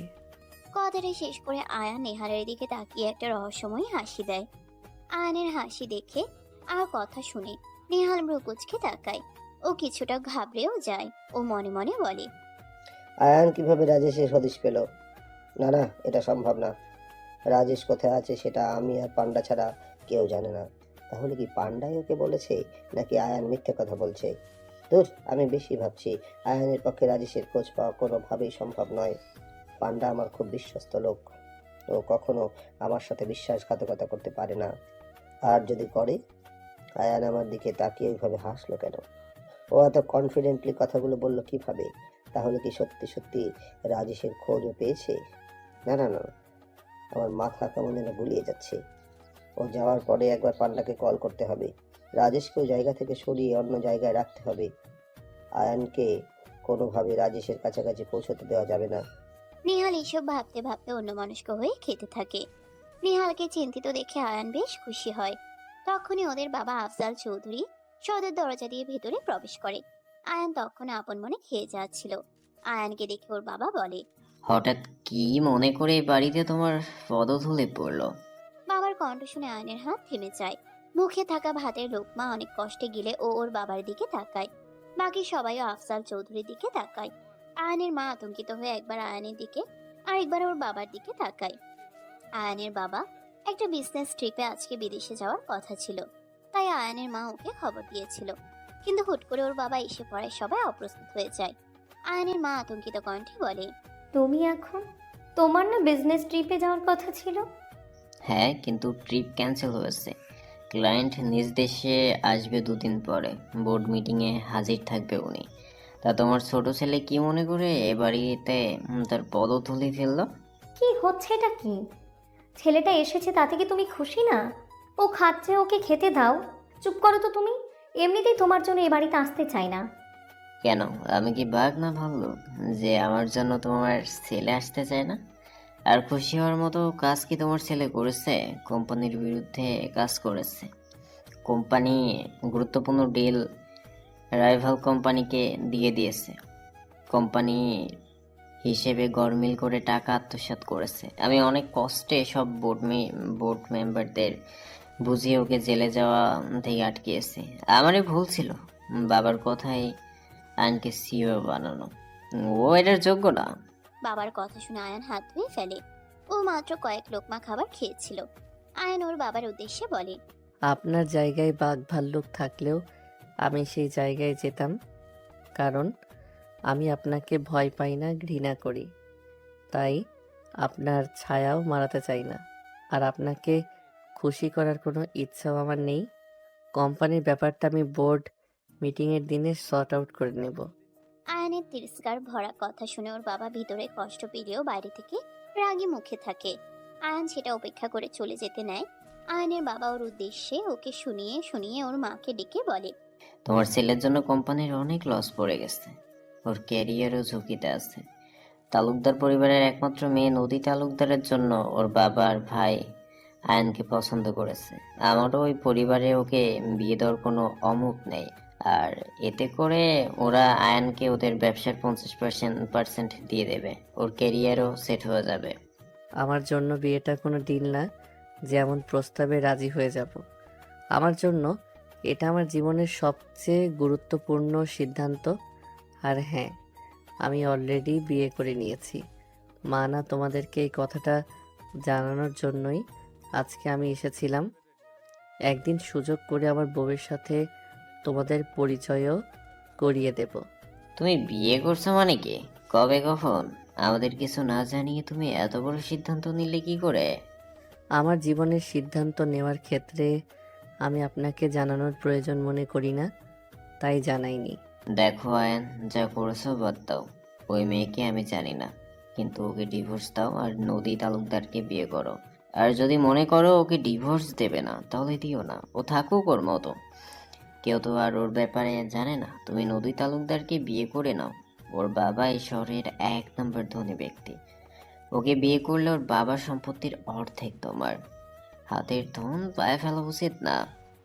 আপনি কি আমাকে নিজের মতো মনে করেন নাকি, যে টাকার লোভে নিজের বিবাহিত স্ত্রীকে ঠকিয়ে আরেকটা মেয়েকে বিয়ে করব? আমার লাইফে টাকাই সব কিছু না। নিজের জীবনের সিদ্ধান্ত আমার উপরে চাপাতে আসবেন না। আমি আপনার মতো টাকার লোভী না। আয়ান, আমার উপরে চিৎকার করলে সত্যিটা মিথ্যা হয়ে যাবে না। আর শুনুন, আমার ক্যারিয়ার নিয়ে আপনাকে ভাবতে হবে না। আমারটা আমি বুঝে নেব। আয়ান আর একবারও পিছনে না তাকিয়ে বেরিয়ে যায়। যদি পিছনে তাকাতো তাহলে হয়তো ওর বাবার অনুতপ্ত চেহারা ওর চোখে পড়তো। ভাইয়া শোনো, তুমি তোমার ফ্রেন্ডকে কল করে বলো যেন ওদের কোম্পানির কোনো ডিল ওই টিকটিকির বাচ্চাটাকে না দেয়। ওর থেকে এবার আমি একে একে সব কেড়ে নেব। ঠিক আছে প্রিন্সেস বনু, শোন, বাবা কিন্তু তোর উপরে অনেক রেগে আছে, তাই এখন একটু বাবার কথা মেনে চল। বাবা চাই তুই যেন এবার ফ্যামিলি বিজনেসে যোগ দিস। চৌধুরী গ্রুপে আমাদের একটা বড় শেয়ার আছে, সেখানে একটা সমস্যার জন্য কয়েকদিন পরে একটা বোর্ড মিটিং আছে। বাবা চাই আমার সাথে তুইও সেখানে উপস্থিত থাক। ঠিক আছে, এখন আমার দেরি হয়ে যাচ্ছে, আসছি। কয়দিন পরে আমার জন্য রাখা ওয়েলকাম পার্টিতে আমি আমার হাজবেন্ডের সাথে তোমাকে পরিচয় করিয়ে দেব।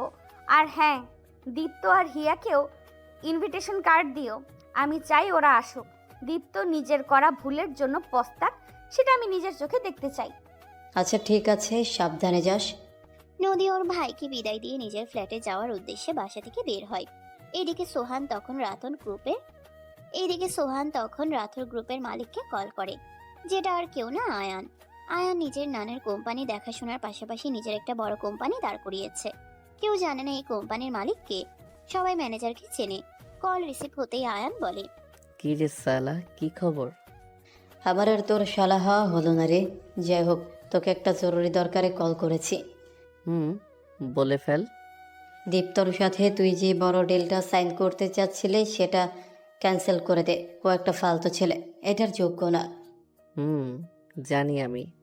তুই না বললেও আমি নিজেই সেটা করতাম। ওর সাথে আমারও কিছু হিসেব নিকেশ বাকি আছে।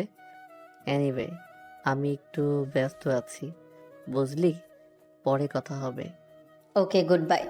আয়ান সোহানের কল কেটে ওর ম্যানেজারকে কল দেয় আর ম্যানেজারকে বলে দীপ্তকে ডিল সাইন করার ব্যাপারে কালকে অফিসে ডাকতে। ম্যানেজার আয়ানের কথা মতো কাজ করে।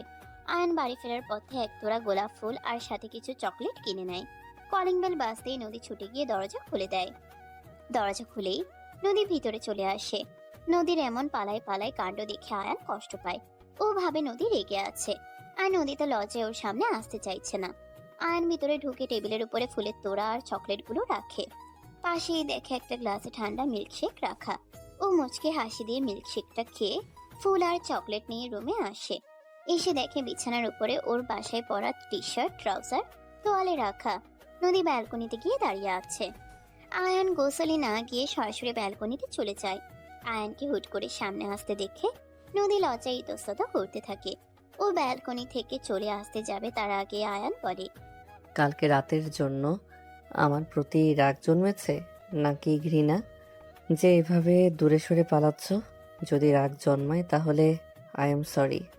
আমি তখন নেশার ঘরে ছিলাম, না হলে তোমার ইচ্ছার বিরুদ্ধে কখনো তোমাকে ছুতাম না। আর যদি ঘৃণা জন্মায় তাহলে বলবো তোমার চোখে আমার প্রতি ঘৃণা আমি সহ্য করতে পারবো না। আমি আজকেই তোমার চোখের সামনে থেকে চলে যাব। এই ফুলগুলো নাও রাগের সরি হিসেবে। আর যদি না নাও তাহলে বুঝবো ঘৃণায় জন্মেছে। আয়ান যে এমন কিছু মনে করছে সেটা নদী কল্পনাও করতে পারেনি। ও কোনো রকম প্রতিক্রিয়া দিতে পারে না তৎক্ষণাৎ, শুধু ফ্যাল করে আয়ানের দিকে তাকিয়ে থাকে। আয়ান মনে করে নদীর মনে ওর প্রতি ঘৃণা জন্মেছে, তাই ওর দেওয়া ফুল নদী নিচ্ছে না। আয়ান মন খারাপ করে ফুলগুলো ব্যালকনিতে থাকা দোলনার উপরে রেখে নিজের রুমে চলে আসে। আয়ান রুম থেকে বেরিয়ে যাবে তখন নদীর হুঁশ ফেরে। নদী এক দৌড়ে রুমে এসে আয়ানকে পিছন থেকে ঝাপটে ছড়িয়ে ধরে। নদী কান্না করতে করতে বলে, তুমি কোথাও যাবে না, আমাকে ছেড়ে তুমি প্লিজ চলে যেও না। তুমি চলে গেলে আমি কাকে নিয়ে বাঁচবো? আমি তোমার উপরে রেগে নেই, বিশ্বাস করো, আমি তোমার প্রতি রেগে নেই। আর না তো তোমার প্রতি আমার মনে ঘৃণা জন্মেছে। আচ্ছা আমি যাব না, কিন্তু তুমি কান্না থামাও প্লিজ। তুমি যদি আমার উপরে রেগেই না থাকো, তাহলে আজকে সকাল থেকে তুমি এমন আজব ব্যবহার কেন করছো? আমার থেকে এমন দূরে দূরে কেন পালিয়ে বেড়াচ্ছ? নদী আয়ানকে ছেড়ে দূরে সরে দাঁড়ায়। আয়ান গিয়ে নদীর চোখের পানি মুছে দিয়ে নদীর গালে নিজের 2 হাত রেখে বলে, কি হলো বলো? কি বলবো? তুমি কেন আমার থেকে দূরে দূরে পালিয়ে বেড়াচ্ছ? তুমি কি সেটাও বোঝো না? সব সময় সব কিছুর কারণ যে রাগ বা ঘৃণা হবে এমনটাই কেন মনে করো? কোনো কোনো কিছুর কারণ লজ্জাও তো হয় নাকি? তার মানে কাল রাতের বিষয় নিয়ে তুমি আমার উপরে রেগে নেই, তাই তো? তোমার লজ্জা লাগছিল আমার সামনে আসতে? আয়ানের কথা শুনে নদী মাথা নিচু করে নেয়। নদী আবারও লজ্জা পেয়ে মাথা নিচু করে নেয়। হুম। আচ্ছা, কালকে তো ব্যাপারটা ভুলবশত হয়ে গেছিল, কিন্তু মনে করো সেই ব্যাপারটা যদি এখন আমি সজ্ঞানে করি, তাহলে কি তুমি রাগ করবে? কি হলো বলো? উফ, সব কিছু কি বলে দিতে হয় নাকি? তার মানে সম্মতি আছে, তাই তো? আয়ান একটা মুচকি হাসি দিয়ে নদীকে কোলে তুলে নেয়। তারপর কোলে থাকা অবস্থায় নদীর ঠোঁটে ঠোঁট ডুবিয়ে দেয়। নদীকে নিয়ে রোম্যান্সের জগতে ডুবে যায় ও। পরের দিন সকালবেলা আয়ান নিজের রাথোর গ্রুপ অফ ইন্ডাস্ট্রিজ কোম্পানিতে যায়। দীপ্তও রেডি হয়ে ডিল সাইন করার জন্য আয়ানের কোম্পানিতে যায়। মালিকের কেবিনে ঢুকে দীপ্ত বলে, হ্যালো স্যার, আমি দীপ্ত। আপনাদের কোম্পানির সাথে একটা ইম্পর্টেন্ট ডিল সাইন করার কথা ছিল। আয়ান তখন দীপ্তর থেকে উল্টো দিকে ফিরে বসেছিল। দীপ্তর কথা শুনেও বলে, আয়ান তখন দীপ্তর থেকে উল্টো দিকে ফিরে বসেছিল। দীপ্তর কথা শুনেও বলে, কারো কেবিনে প্রবেশ করার আগে যে নক করে পারমিশন নিতে হয়, এই কমন সেন্সটুকু কি নেই তোমার? আয়নের কথা শুনেও দীপ্ত ওকে চিনতে পারে না। ও দরজার বাইরে গিয়ে বলে, সরি স্যার, আমি বাইরে এসে দাঁড়িয়েছি। May I come in? No, তোর মতো প্রতারকের কোনো অনুমতি নেই আমার কেবিনে প্রবেশ করার। এসবের মানে কি স্যার? আপনি এসব কি বলছেন? কি বলছি বুঝতে পারছিস না, তাই তো? এখনই সব বুঝতে পারবি। আয়ান এবার দীপ্তর দিকে ফিরে বসে। মালিকের চেয়ারে আয়ানকে দেখে দীপ্তর কথা বলার মতো ভাষা হারিয়ে যায়। ও দম্ভের সাথে বলে, এ ক্লিনারের বাচ্চা, তুই এখানে কি করছিস? এটা আমার অফিস, আমার কেবিন। আমার কেবিনে দাঁড়িয়ে আমাকে জিজ্ঞেস করছিস আমি এখানে কি করছি? তোর অফিস মানে? তার মানে তুই? হ্যাঁ, আমি এই অফিসের বস, রাথোর গ্রুপ অফ ইন্ডাস্ট্রিজের মালিক আয়ান চৌধুরী। মিথ্যা, তুই মিথ্যা বলছিস। রাতারাতি ক্লিনার থেকে একটা কোম্পানির মালিক হয়ে গেছিস, তাই না? আমাকে বলদ মনে হয় তোর? তা তো তুই অবশ্যই, না হলে নদীকে রেখে ওই মেয়েকে পছন্দ করিস? এনিওয়ে, তোর কোম্পানির সাথে আমার রাথোর গ্রুপ কোনো ডিল সাইন করবে না। আর আমি সর্বোচ্চ চেষ্টা করব অন্য কোনো গ্রুপ যেন তোর সাথে ডিল সাইন না করে। তোকে দেউলিয়া দেখতে চাই আমি। এখন বেরো আমার অফিস থেকে। তোর মুখের কথায় আমি চলে যাব নাকি? মালিক সাথে অভিনয় করা বন্ধ কর। আয়ান দীপ্তর সাথে আর কোনো তর্কে জড়ায় না। ও ওর ম্যানেজারকে ডেকে বলে দীপ্তকে বের করে দিতে।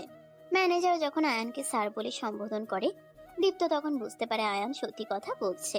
ও অনেকবার আয়ানকে রিকোয়েস্ট করে ডিল ক্যান্সেল না করার জন্য। পূর্বে ওর করা কাজের জন্য বারবার সরি বলতে থাকে, কিন্তু আয়ান ওর কোনো কথাই শোনে না। গার্ড ডেকে ওকে বের করে দেয়। বাসে এসে দীপ্ত মন খারাপ করে বসে থাকে। তখনই হিয়া এসে বলে, কি হয়েছে? দীপ্ত হিয়াকে সবকিছু খুলে বলে। সব শুনে হিয়াও দুশ্চিন্তায় পড়ে যায়। আয়ানের মা আয়ান নেহাল আর আয়ানের নানাকে খেতে দেয়। খেতে বসে নেহাল আয়ানকে বলে, তা ভাই, তোমার কাজকর্মের কি অবস্থা? সেই লোককে ধরতে পারলি? মনে আছে তো, আর মাত্র 1 সপ্তাহ পরে বোর্ড মিটিং। তখন কিন্তু তুই নির্দোষ প্রমাণিত না হলে তোকে সিও এর পদ থেকে সরিয়ে দেওয়া হবে। হা, খাওয়ার সময় এত কথা কিসের? চুপচাপ খাওয়া যায় না নাকি? আসলে নানা ভাই, আমি আয়ানকে মনে করিয়ে দিচ্ছিলাম ওর জন্য বাবার কোম্পানির যেই ক্ষতি হয়েছে, সেই লোকের জন্য। কিন্তু সবাই তো ওকেই দোষী ভাবছে। ওর নির্দোষ প্রমাণিত না হলে বাবা বাকি সব শেয়ার হোল্ডারদের ওর বিরুদ্ধে কেস করা থেকে আটকাতে পারলেও সিও পদ থেকে বহাল রাখতে পারবে বলে মনে হয় না। নিহালের খোঁচা মারা কথা শুনে আয়ানের রাগে চোখ মুখ লাল হয়ে যায়। ও নিহালের দিকে তাকিয়ে দাঁতে দাঁত চেপে বলে, ফর ইয়োর কাইন্ড ইনফরমেশন, কোম্পানিটা আমার নানার, তোমার বাবার না। ওই লোকের কোম্পানি হলে তার সিও হওয়া তো দূর, আমি সেখানে পাও রাখতাম না। আর হ্যাঁ, আমার লোকজন অলরেডি মিস্টার রাজেশের হদিস পেয়ে গেছে। এখান থেকে বেরিয়ে আমি সেখানেই যাব। তুমি চিন্তা করো না, ও এবার আর আমার হাত থেকে পালাতে পারবে না। বোর্ড মিটিংয়ের দিন সবার সামনে সব সত্যি আসবে, আর আসল দোষী তার যোগ্য শাস্তিও পাবে। কথাটা শেষ করে আয়ান নেহালের দিকে তাকিয়ে একটা রহস্যময় হাসি দেয়। আয়ানের হাসি দেখে আর কথা শুনে নেহাল ভ্রুকুচকে তাকায়। ও কিছুটা ঘাবড়েও যায়। ও মনে মনে বলে, আয়ান কিভাবে রাজেশের হদিশ পেল? না না, এ তো সম্ভব না। রাজেশ কোথায় আছে সেটা তো আমি আর পান্ডা বাদে কেউ জানে না। তাহলে কি পান্ডা ওকে বলছে, নাকি আয়ান মিথ্যা বলছে? দূর, আমি বেশি ভাবছি। আয়ানের পক্ষে রাজেশের খোঁজ পাওয়া সম্ভব না। পান্ডা আমার খুবই বিশ্বস্ত লোক, ও কখনো আমার সাথে বিশ্বাসঘাতকতা করবে না। আর যদি করে, আয়ান আমার দিকে তাকিয়ে ওইভাবে হাসলো কেন? ও এত কনফিডেন্সলি কথাগুলো বলল কিভাবে? তাহলে কি সত্যিই ও রাজেশের খোঁজ পেয়েছে? না না, আমার মাথায় গুলিয়ে যাচ্ছে। ও যাওয়ার পরে একবার পান্ডাকে কল করতে হবে। রাজেশকে ওই জায়গা থেকে সরিয়ে অন্য জায়গায় রাখতে হবে। আয়ানকে কোনোভাবেই রাজেশের কাছাকাছি পৌঁছে দেওয়া যাবে না। নিহাল এসব ভাবতে ভাবতে অন্যমনস্ক হয়ে খেতে থাকে। নিহালকে চিন্তিত দেখে আয়ান বেশ খুশি হয়। তখনই ওদের বাবা আফজাল চৌধুরী সদর দরজা দিয়ে ভেতরে প্রবেশ করে। আয়ান তখন আপন মনে খেয়ে যাচ্ছিল। আয়ানকে দেখে ওর বাবা বলে, হঠাৎ কি মনে করে এই বাড়িতে তোমার পদধূলি পড়লো? বাবার কণ্ঠ শুনে আয়ানের হাত থেমে যায়। মুখে থাকা ভাতের লোকমা অনেক কষ্টে গিলে ও ওর বাবার দিকে তাকায়। বাকি সবাইও আফজাল চৌধুরীর দিকে তাকায়। আয়ানের মা আতঙ্কিত হয়ে একবার আয়ানের দিকে আরেকবার ওর বাবার দিকে তাকায়। আয়ানের বাবার একটা বিজনেস ট্রিপে আজকে বিদেশে যাওয়ার কথা ছিল, তাই আয়ানের মা ওকে খবর দিয়েছিল। কিন্তু হুট করে ওর বাবা এসে পড়ায় সবাই অপ্রস্তুত হয়ে যায়। আয়ানের মা আতঙ্কিত কণ্ঠে বলে, তুমি এখন, তোমার না বিজনেস ট্রিপে যাওয়ার কথা ছিল? হ্যাঁ, কিন্তু ট্রিপ ক্যান্সেল হয়েছে। ক্লায়েন্ট নিজ দেশে আসবে 2 দিন পরে। বোর্ড মিটিংয়ে হাজির থাকবে উনি। তা তোমার ছোট ছেলে কি মনে করে এই বাড়িতে তার পদধূলি ফেললো? কি হচ্ছে এটা কি? ছেলেটা এসেছে তাতে কি তুমি খুশি না? ও খাচ্ছে, ওকে খেতে দাও। চুপ করো তো তুমি। এমনিতেই তোমার জন্য এ বাড়িতে আসতে চাই না। কেন, আমি কি বাঘ না ভাল্লুক যে আমার জন্য তোমার ছেলে আসতে চায় না? আর খুশি হওয়ার মতো কাজ কি তোমার ছেলে করেছে? কোম্পানির বিরুদ্ধে কাজ করছে। কোম্পানির গুরুত্বপূর্ণ ডিল রাইভাল কোম্পানিকে দিয়ে দিয়েছে। কোম্পানির হিসেবের গরমিল করে টাকা আত্মসাৎ করেছে। আমি অনেক কষ্টে সব বোর্ড মেম্বারদের বুঝিয়ে ওকে জেলে যাওয়া থেকে আটকিয়েছি। আমারই ভুল ছিল বাবার কথায় আয়ানকে সিও বানানো। ও এটার যোগ্যই না। বাবার কথা শুনে আয়ান হাত ধুয়ে ফেলে। ও মাত্র কয়েক লোকমা খাবার খেয়েছিল। আয়ান ওর বাবার উদ্দেশ্যে বলে, আপনার জায়গায় বাঘ ভাল্লুক থাকলেও আমি সেই জায়গায় যেতাম, কারণ আমি আপনাকে ভয় পাই না, ঘৃণা করি। তাই আপনার ছায়া মারাতে চাই না, আর আপনাকে খুশি করার কোনো ইচ্ছাও আমার নেই। কোম্পানির ব্যাপারটা আমি বোর্ড মিটিংয়ের দিনে সর্ট আউট করে নেব। আয়ানের তিরস্কার ভরার কথা শুনে ওর বাবা ভিতরে কষ্ট পেলেও বাইরে থেকে রাগী মুখে থাকে। আয়ান সেটা উপেক্ষা করে চলে যেতে নেয়। আয়ানের বাবা ওর উদ্দেশ্যে ওকে শুনিয়ে ওর মাকে ডেকে বলে, তোমার ছেলের জন্য কোম্পানির অনেক লসে পড়ে গেছে। ওর কেরিয়ারও ঝুঁকিতে আছে। তালুকদার পরিবারের একমাত্র মেয়ে নদী তালুকদার। ওর জন্য ওর বাবা আর ভাই আয়ানকে পছন্দ করছে। আমারও ওই পরিবারে ওকে বিয়ে দেওয়ার কোনো অমত নেই। আর এতে করে ওরা আয়ানকে ওদের ব্যবসায় 50% দিয়ে দেবে। ওর কেরিয়ারও সেট হয়ে যাবে। আমার জন্য বিয়েটা কোনো ডিল না যে এমন প্রস্তাবে রাজি হয়ে যাব। আমার জন্য এটা আমার জীবনের সবচেয়ে গুরুত্বপূর্ণ সিদ্ধান্ত।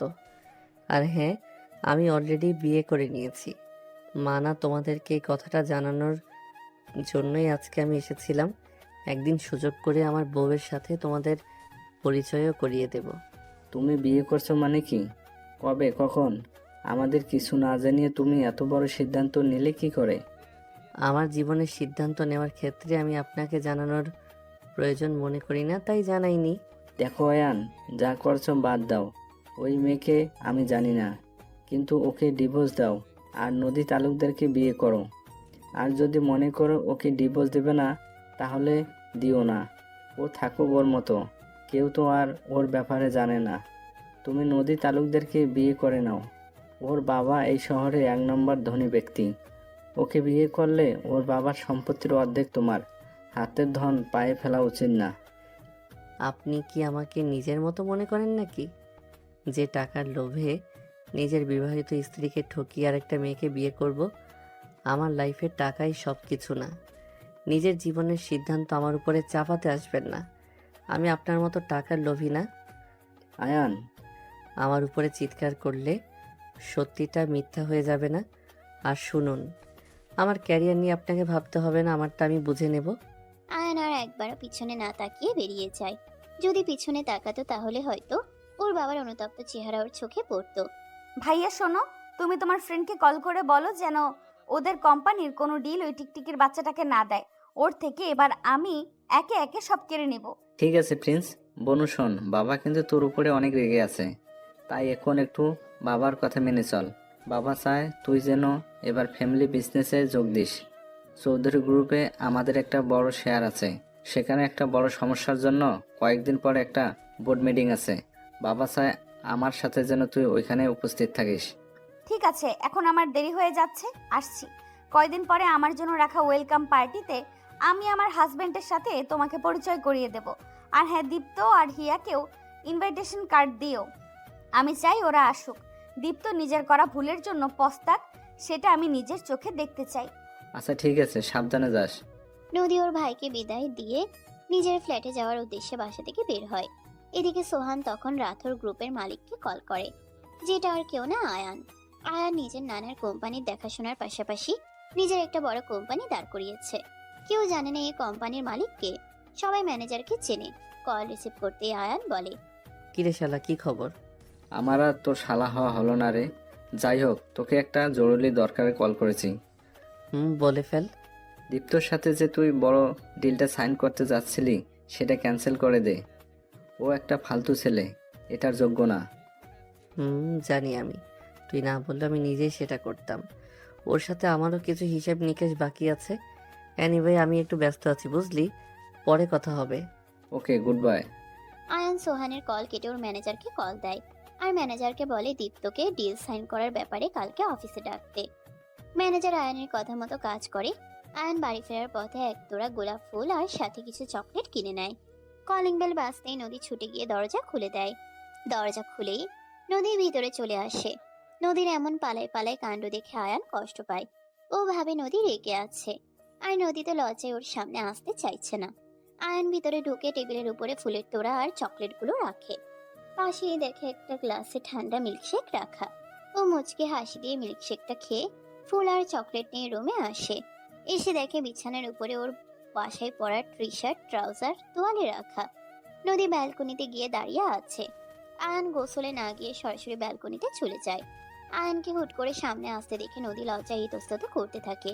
ও ব্যালকনিতে চলে আসতে যাবে, তার আগে আয়ান বলে, কালকে রাতের জন্য আমার প্রতি রাগ জন্মেছে নাকি ঘৃণা, যেভাবে দূরে দূরে পালাচ্ছ?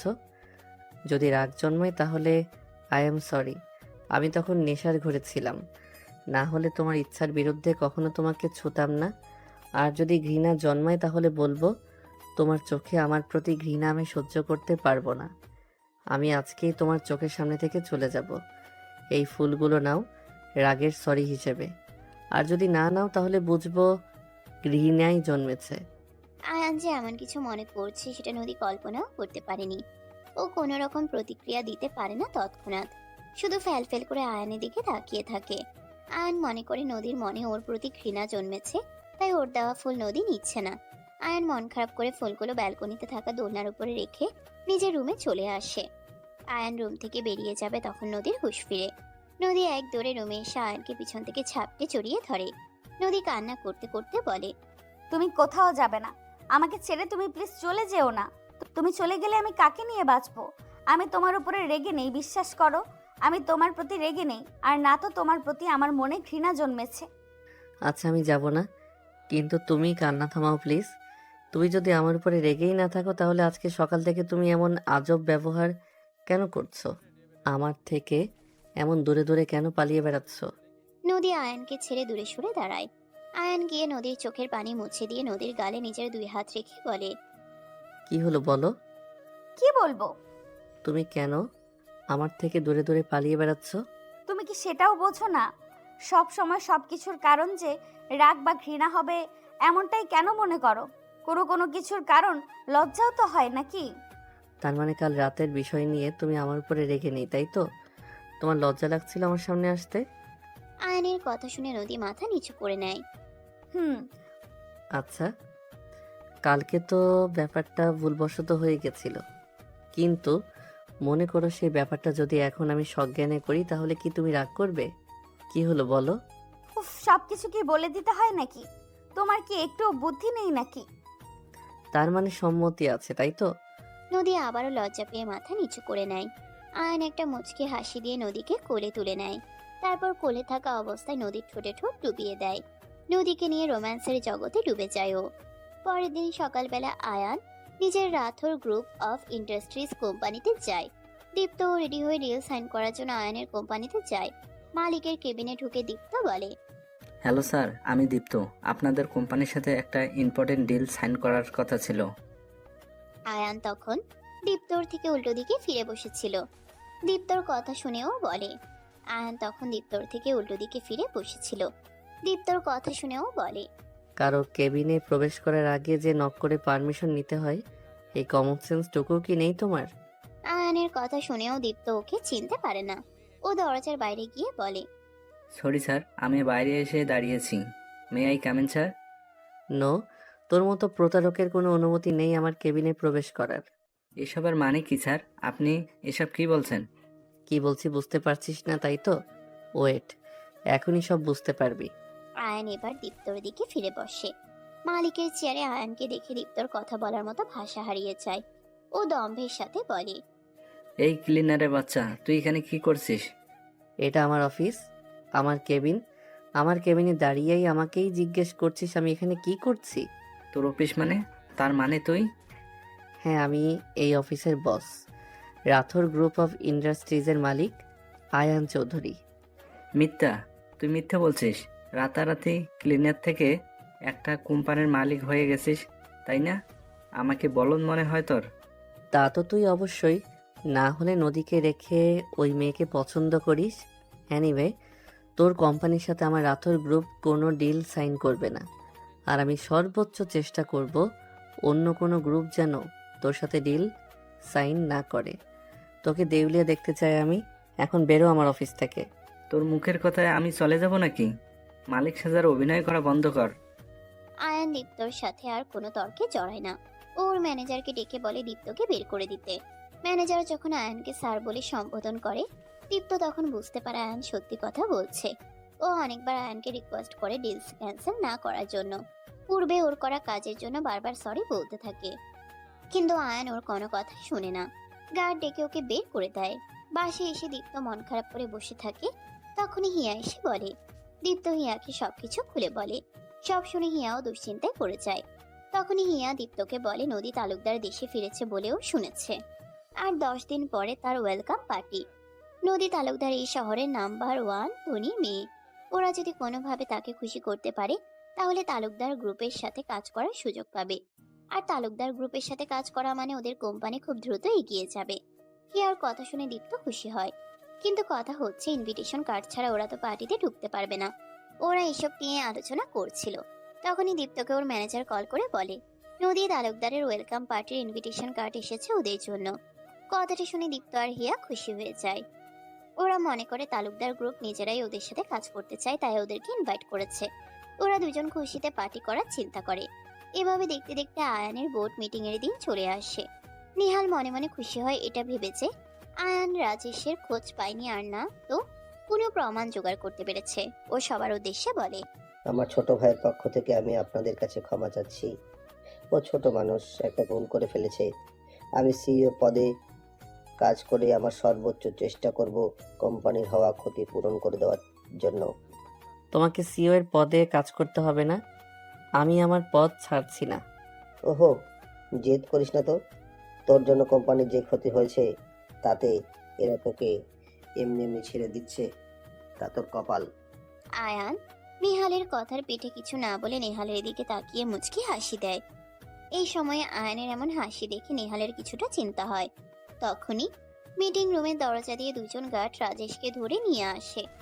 রাজেশকে দেখে নেহালের অবস্থা খারাপ হয়ে যায়। ও অবিশ্বাস্য চোখে আয়ানের দিকে তাকায়। আসলে ওই দিন আয়ান ইচ্ছা করে নেহালের সামনে রাজেশের খোঁজ পাওয়ার কথা বলেছিল। নেহালের ফোন কল ট্র্যাক করছিল আয়ানের টিম। নেহাল যখন পান্ডাকে রাজেশের কথা বলছিল, আয়ানের টিম সব শুনে নিয়েছিল। এমনকি নেহাল রাজেশকে সরিয়ে নতুন কোন জায়গায় রাখতে বলেছিল সেটাও আয়ানের টিম শুনে ফেলেছিল, আর আজকে সেখান থেকে রাজেশকে ধরে আনে। রাজেশ নেহালের সব অপকর্ম কথা ফাঁস করে দেয়, সাথে নেহালের আর ওর ফোন কলের রেকর্ডিংও সবাইকে শোনায়। সবাই নেহালের উপরে রেগে যায়। নেহাল বলে, হ্যাঁ, আমিই সবকিছু করেছি। তুমি এমন করলে কেন? আমি কি কখনো তোমাকে কোনো কিছুর অভাব দিয়েছি যে কোম্পানির টাকায় গরমিল করতে হলো? হ্যাঁ, দিয়েছেন। মায়ের অভাব। আপনার জন্য আমার মাকে আমি হারিয়েছি। আপনাকে আমি ঘৃণা করি। এতদিন আপনার সাথে ভালো থাকার নাটক করতাম, কারণ আমি আয়নের মতো মুখের উপর ঘৃণা করি বলে ছাড় দিতে চাইনি। আমি চেয়েছিলাম আপনাকে ধ্বংস করতে, আপনার কাছ থেকে সব কিছু কেড়ে নিতে, যেভাবে আপনি আমার থেকে আমার মা, আমার শৈশবকে কেড়ে নিয়েছিলেন। বাবা নামের কলঙ্ক আপনি। নেহালের কথা শুনে ওর বাবা মাথা নিচু করে নেয়। বাকি বোর্ড মেম্বাররা সবাই নেহালকে পুলিশে দিতে চাইলে ওর বাবা আটকায়। কিন্তু নেহাল ওর বাবাকে বলে ওনার কোনো দয়াও চায় না, ও নিজে স্যারেন্ডার করে। আয়ানকে আবারও কোম্পানির সিইও বানানো হয়। বাসায় ফিরে আজকে আয়ান নদীকে নিজের আসল পরিচয় জানিয়ে দেয়। নদী প্রথমে রাগ করলেও আয়ান ওর গালে কিস করতেই ওর সব রাগ শেষ হয়ে যায়। নদীও আয়ানকে বলে ও আসলে নদী তালুকদার, কিন্তু আয়ান সেটা বিশ্বাস করে না। নদী তখন ওর ভাই সোহানকে ভিডিও কল করে। সোহানকে দেখে আয়ানের বিশ্বাস হয় নদীর কথা। সোহান, আয়ান আর নদী হাসতে থাকে এটা ভেবে যে ওরা অজান্তেই ওদের জন্য ঠিক করে রাখা বিয়েটা করে নিয়েছে। কিছুদিন পরে নদীর ওয়েলকাম পার্টিতে দীপ্ত আর হিয়ার সাথে ওদের দেখা হয়। ওদের দেখে দীপ্ত দাম্ভিকতার সাথে বলে, তুমি আমার সাথে ডিল সাইন করনি তো কি হয়েছে? এবার আমি তালুকদার গ্রুপের সাথে কাজ করব। ও আচ্ছা, তাই নাকি? তো তালুকদার গ্রুপ তোর মতো গিরগিটির সাথে কাজ করবে বলেছে তোকে? মুখ সামলে কথা বলো, এটা একটা পার্টি, এখানে নিজের বংশের পরিচয় দিও না। বংশের পরিচয় দিতেই তো আজকে এই পার্টি অর্গানাইজ করেছি। মানে? নদী ওদেরকে আর কিছু বলতে যাবে তখনই ওর ভাই সোহান মঞ্চে উঠে মাইক হাতে নিয়ে বলে, লেডিস অ্যান্ড জেন্টলম্যান, আজকে আপনাদের সবাইকে এখানে ডাকা হয়েছে আমার একমাত্র ছোট বোন নদী তালুকদারের ওয়েলকামের জন্য। So let's welcome my lovely little sister নদী আদনান।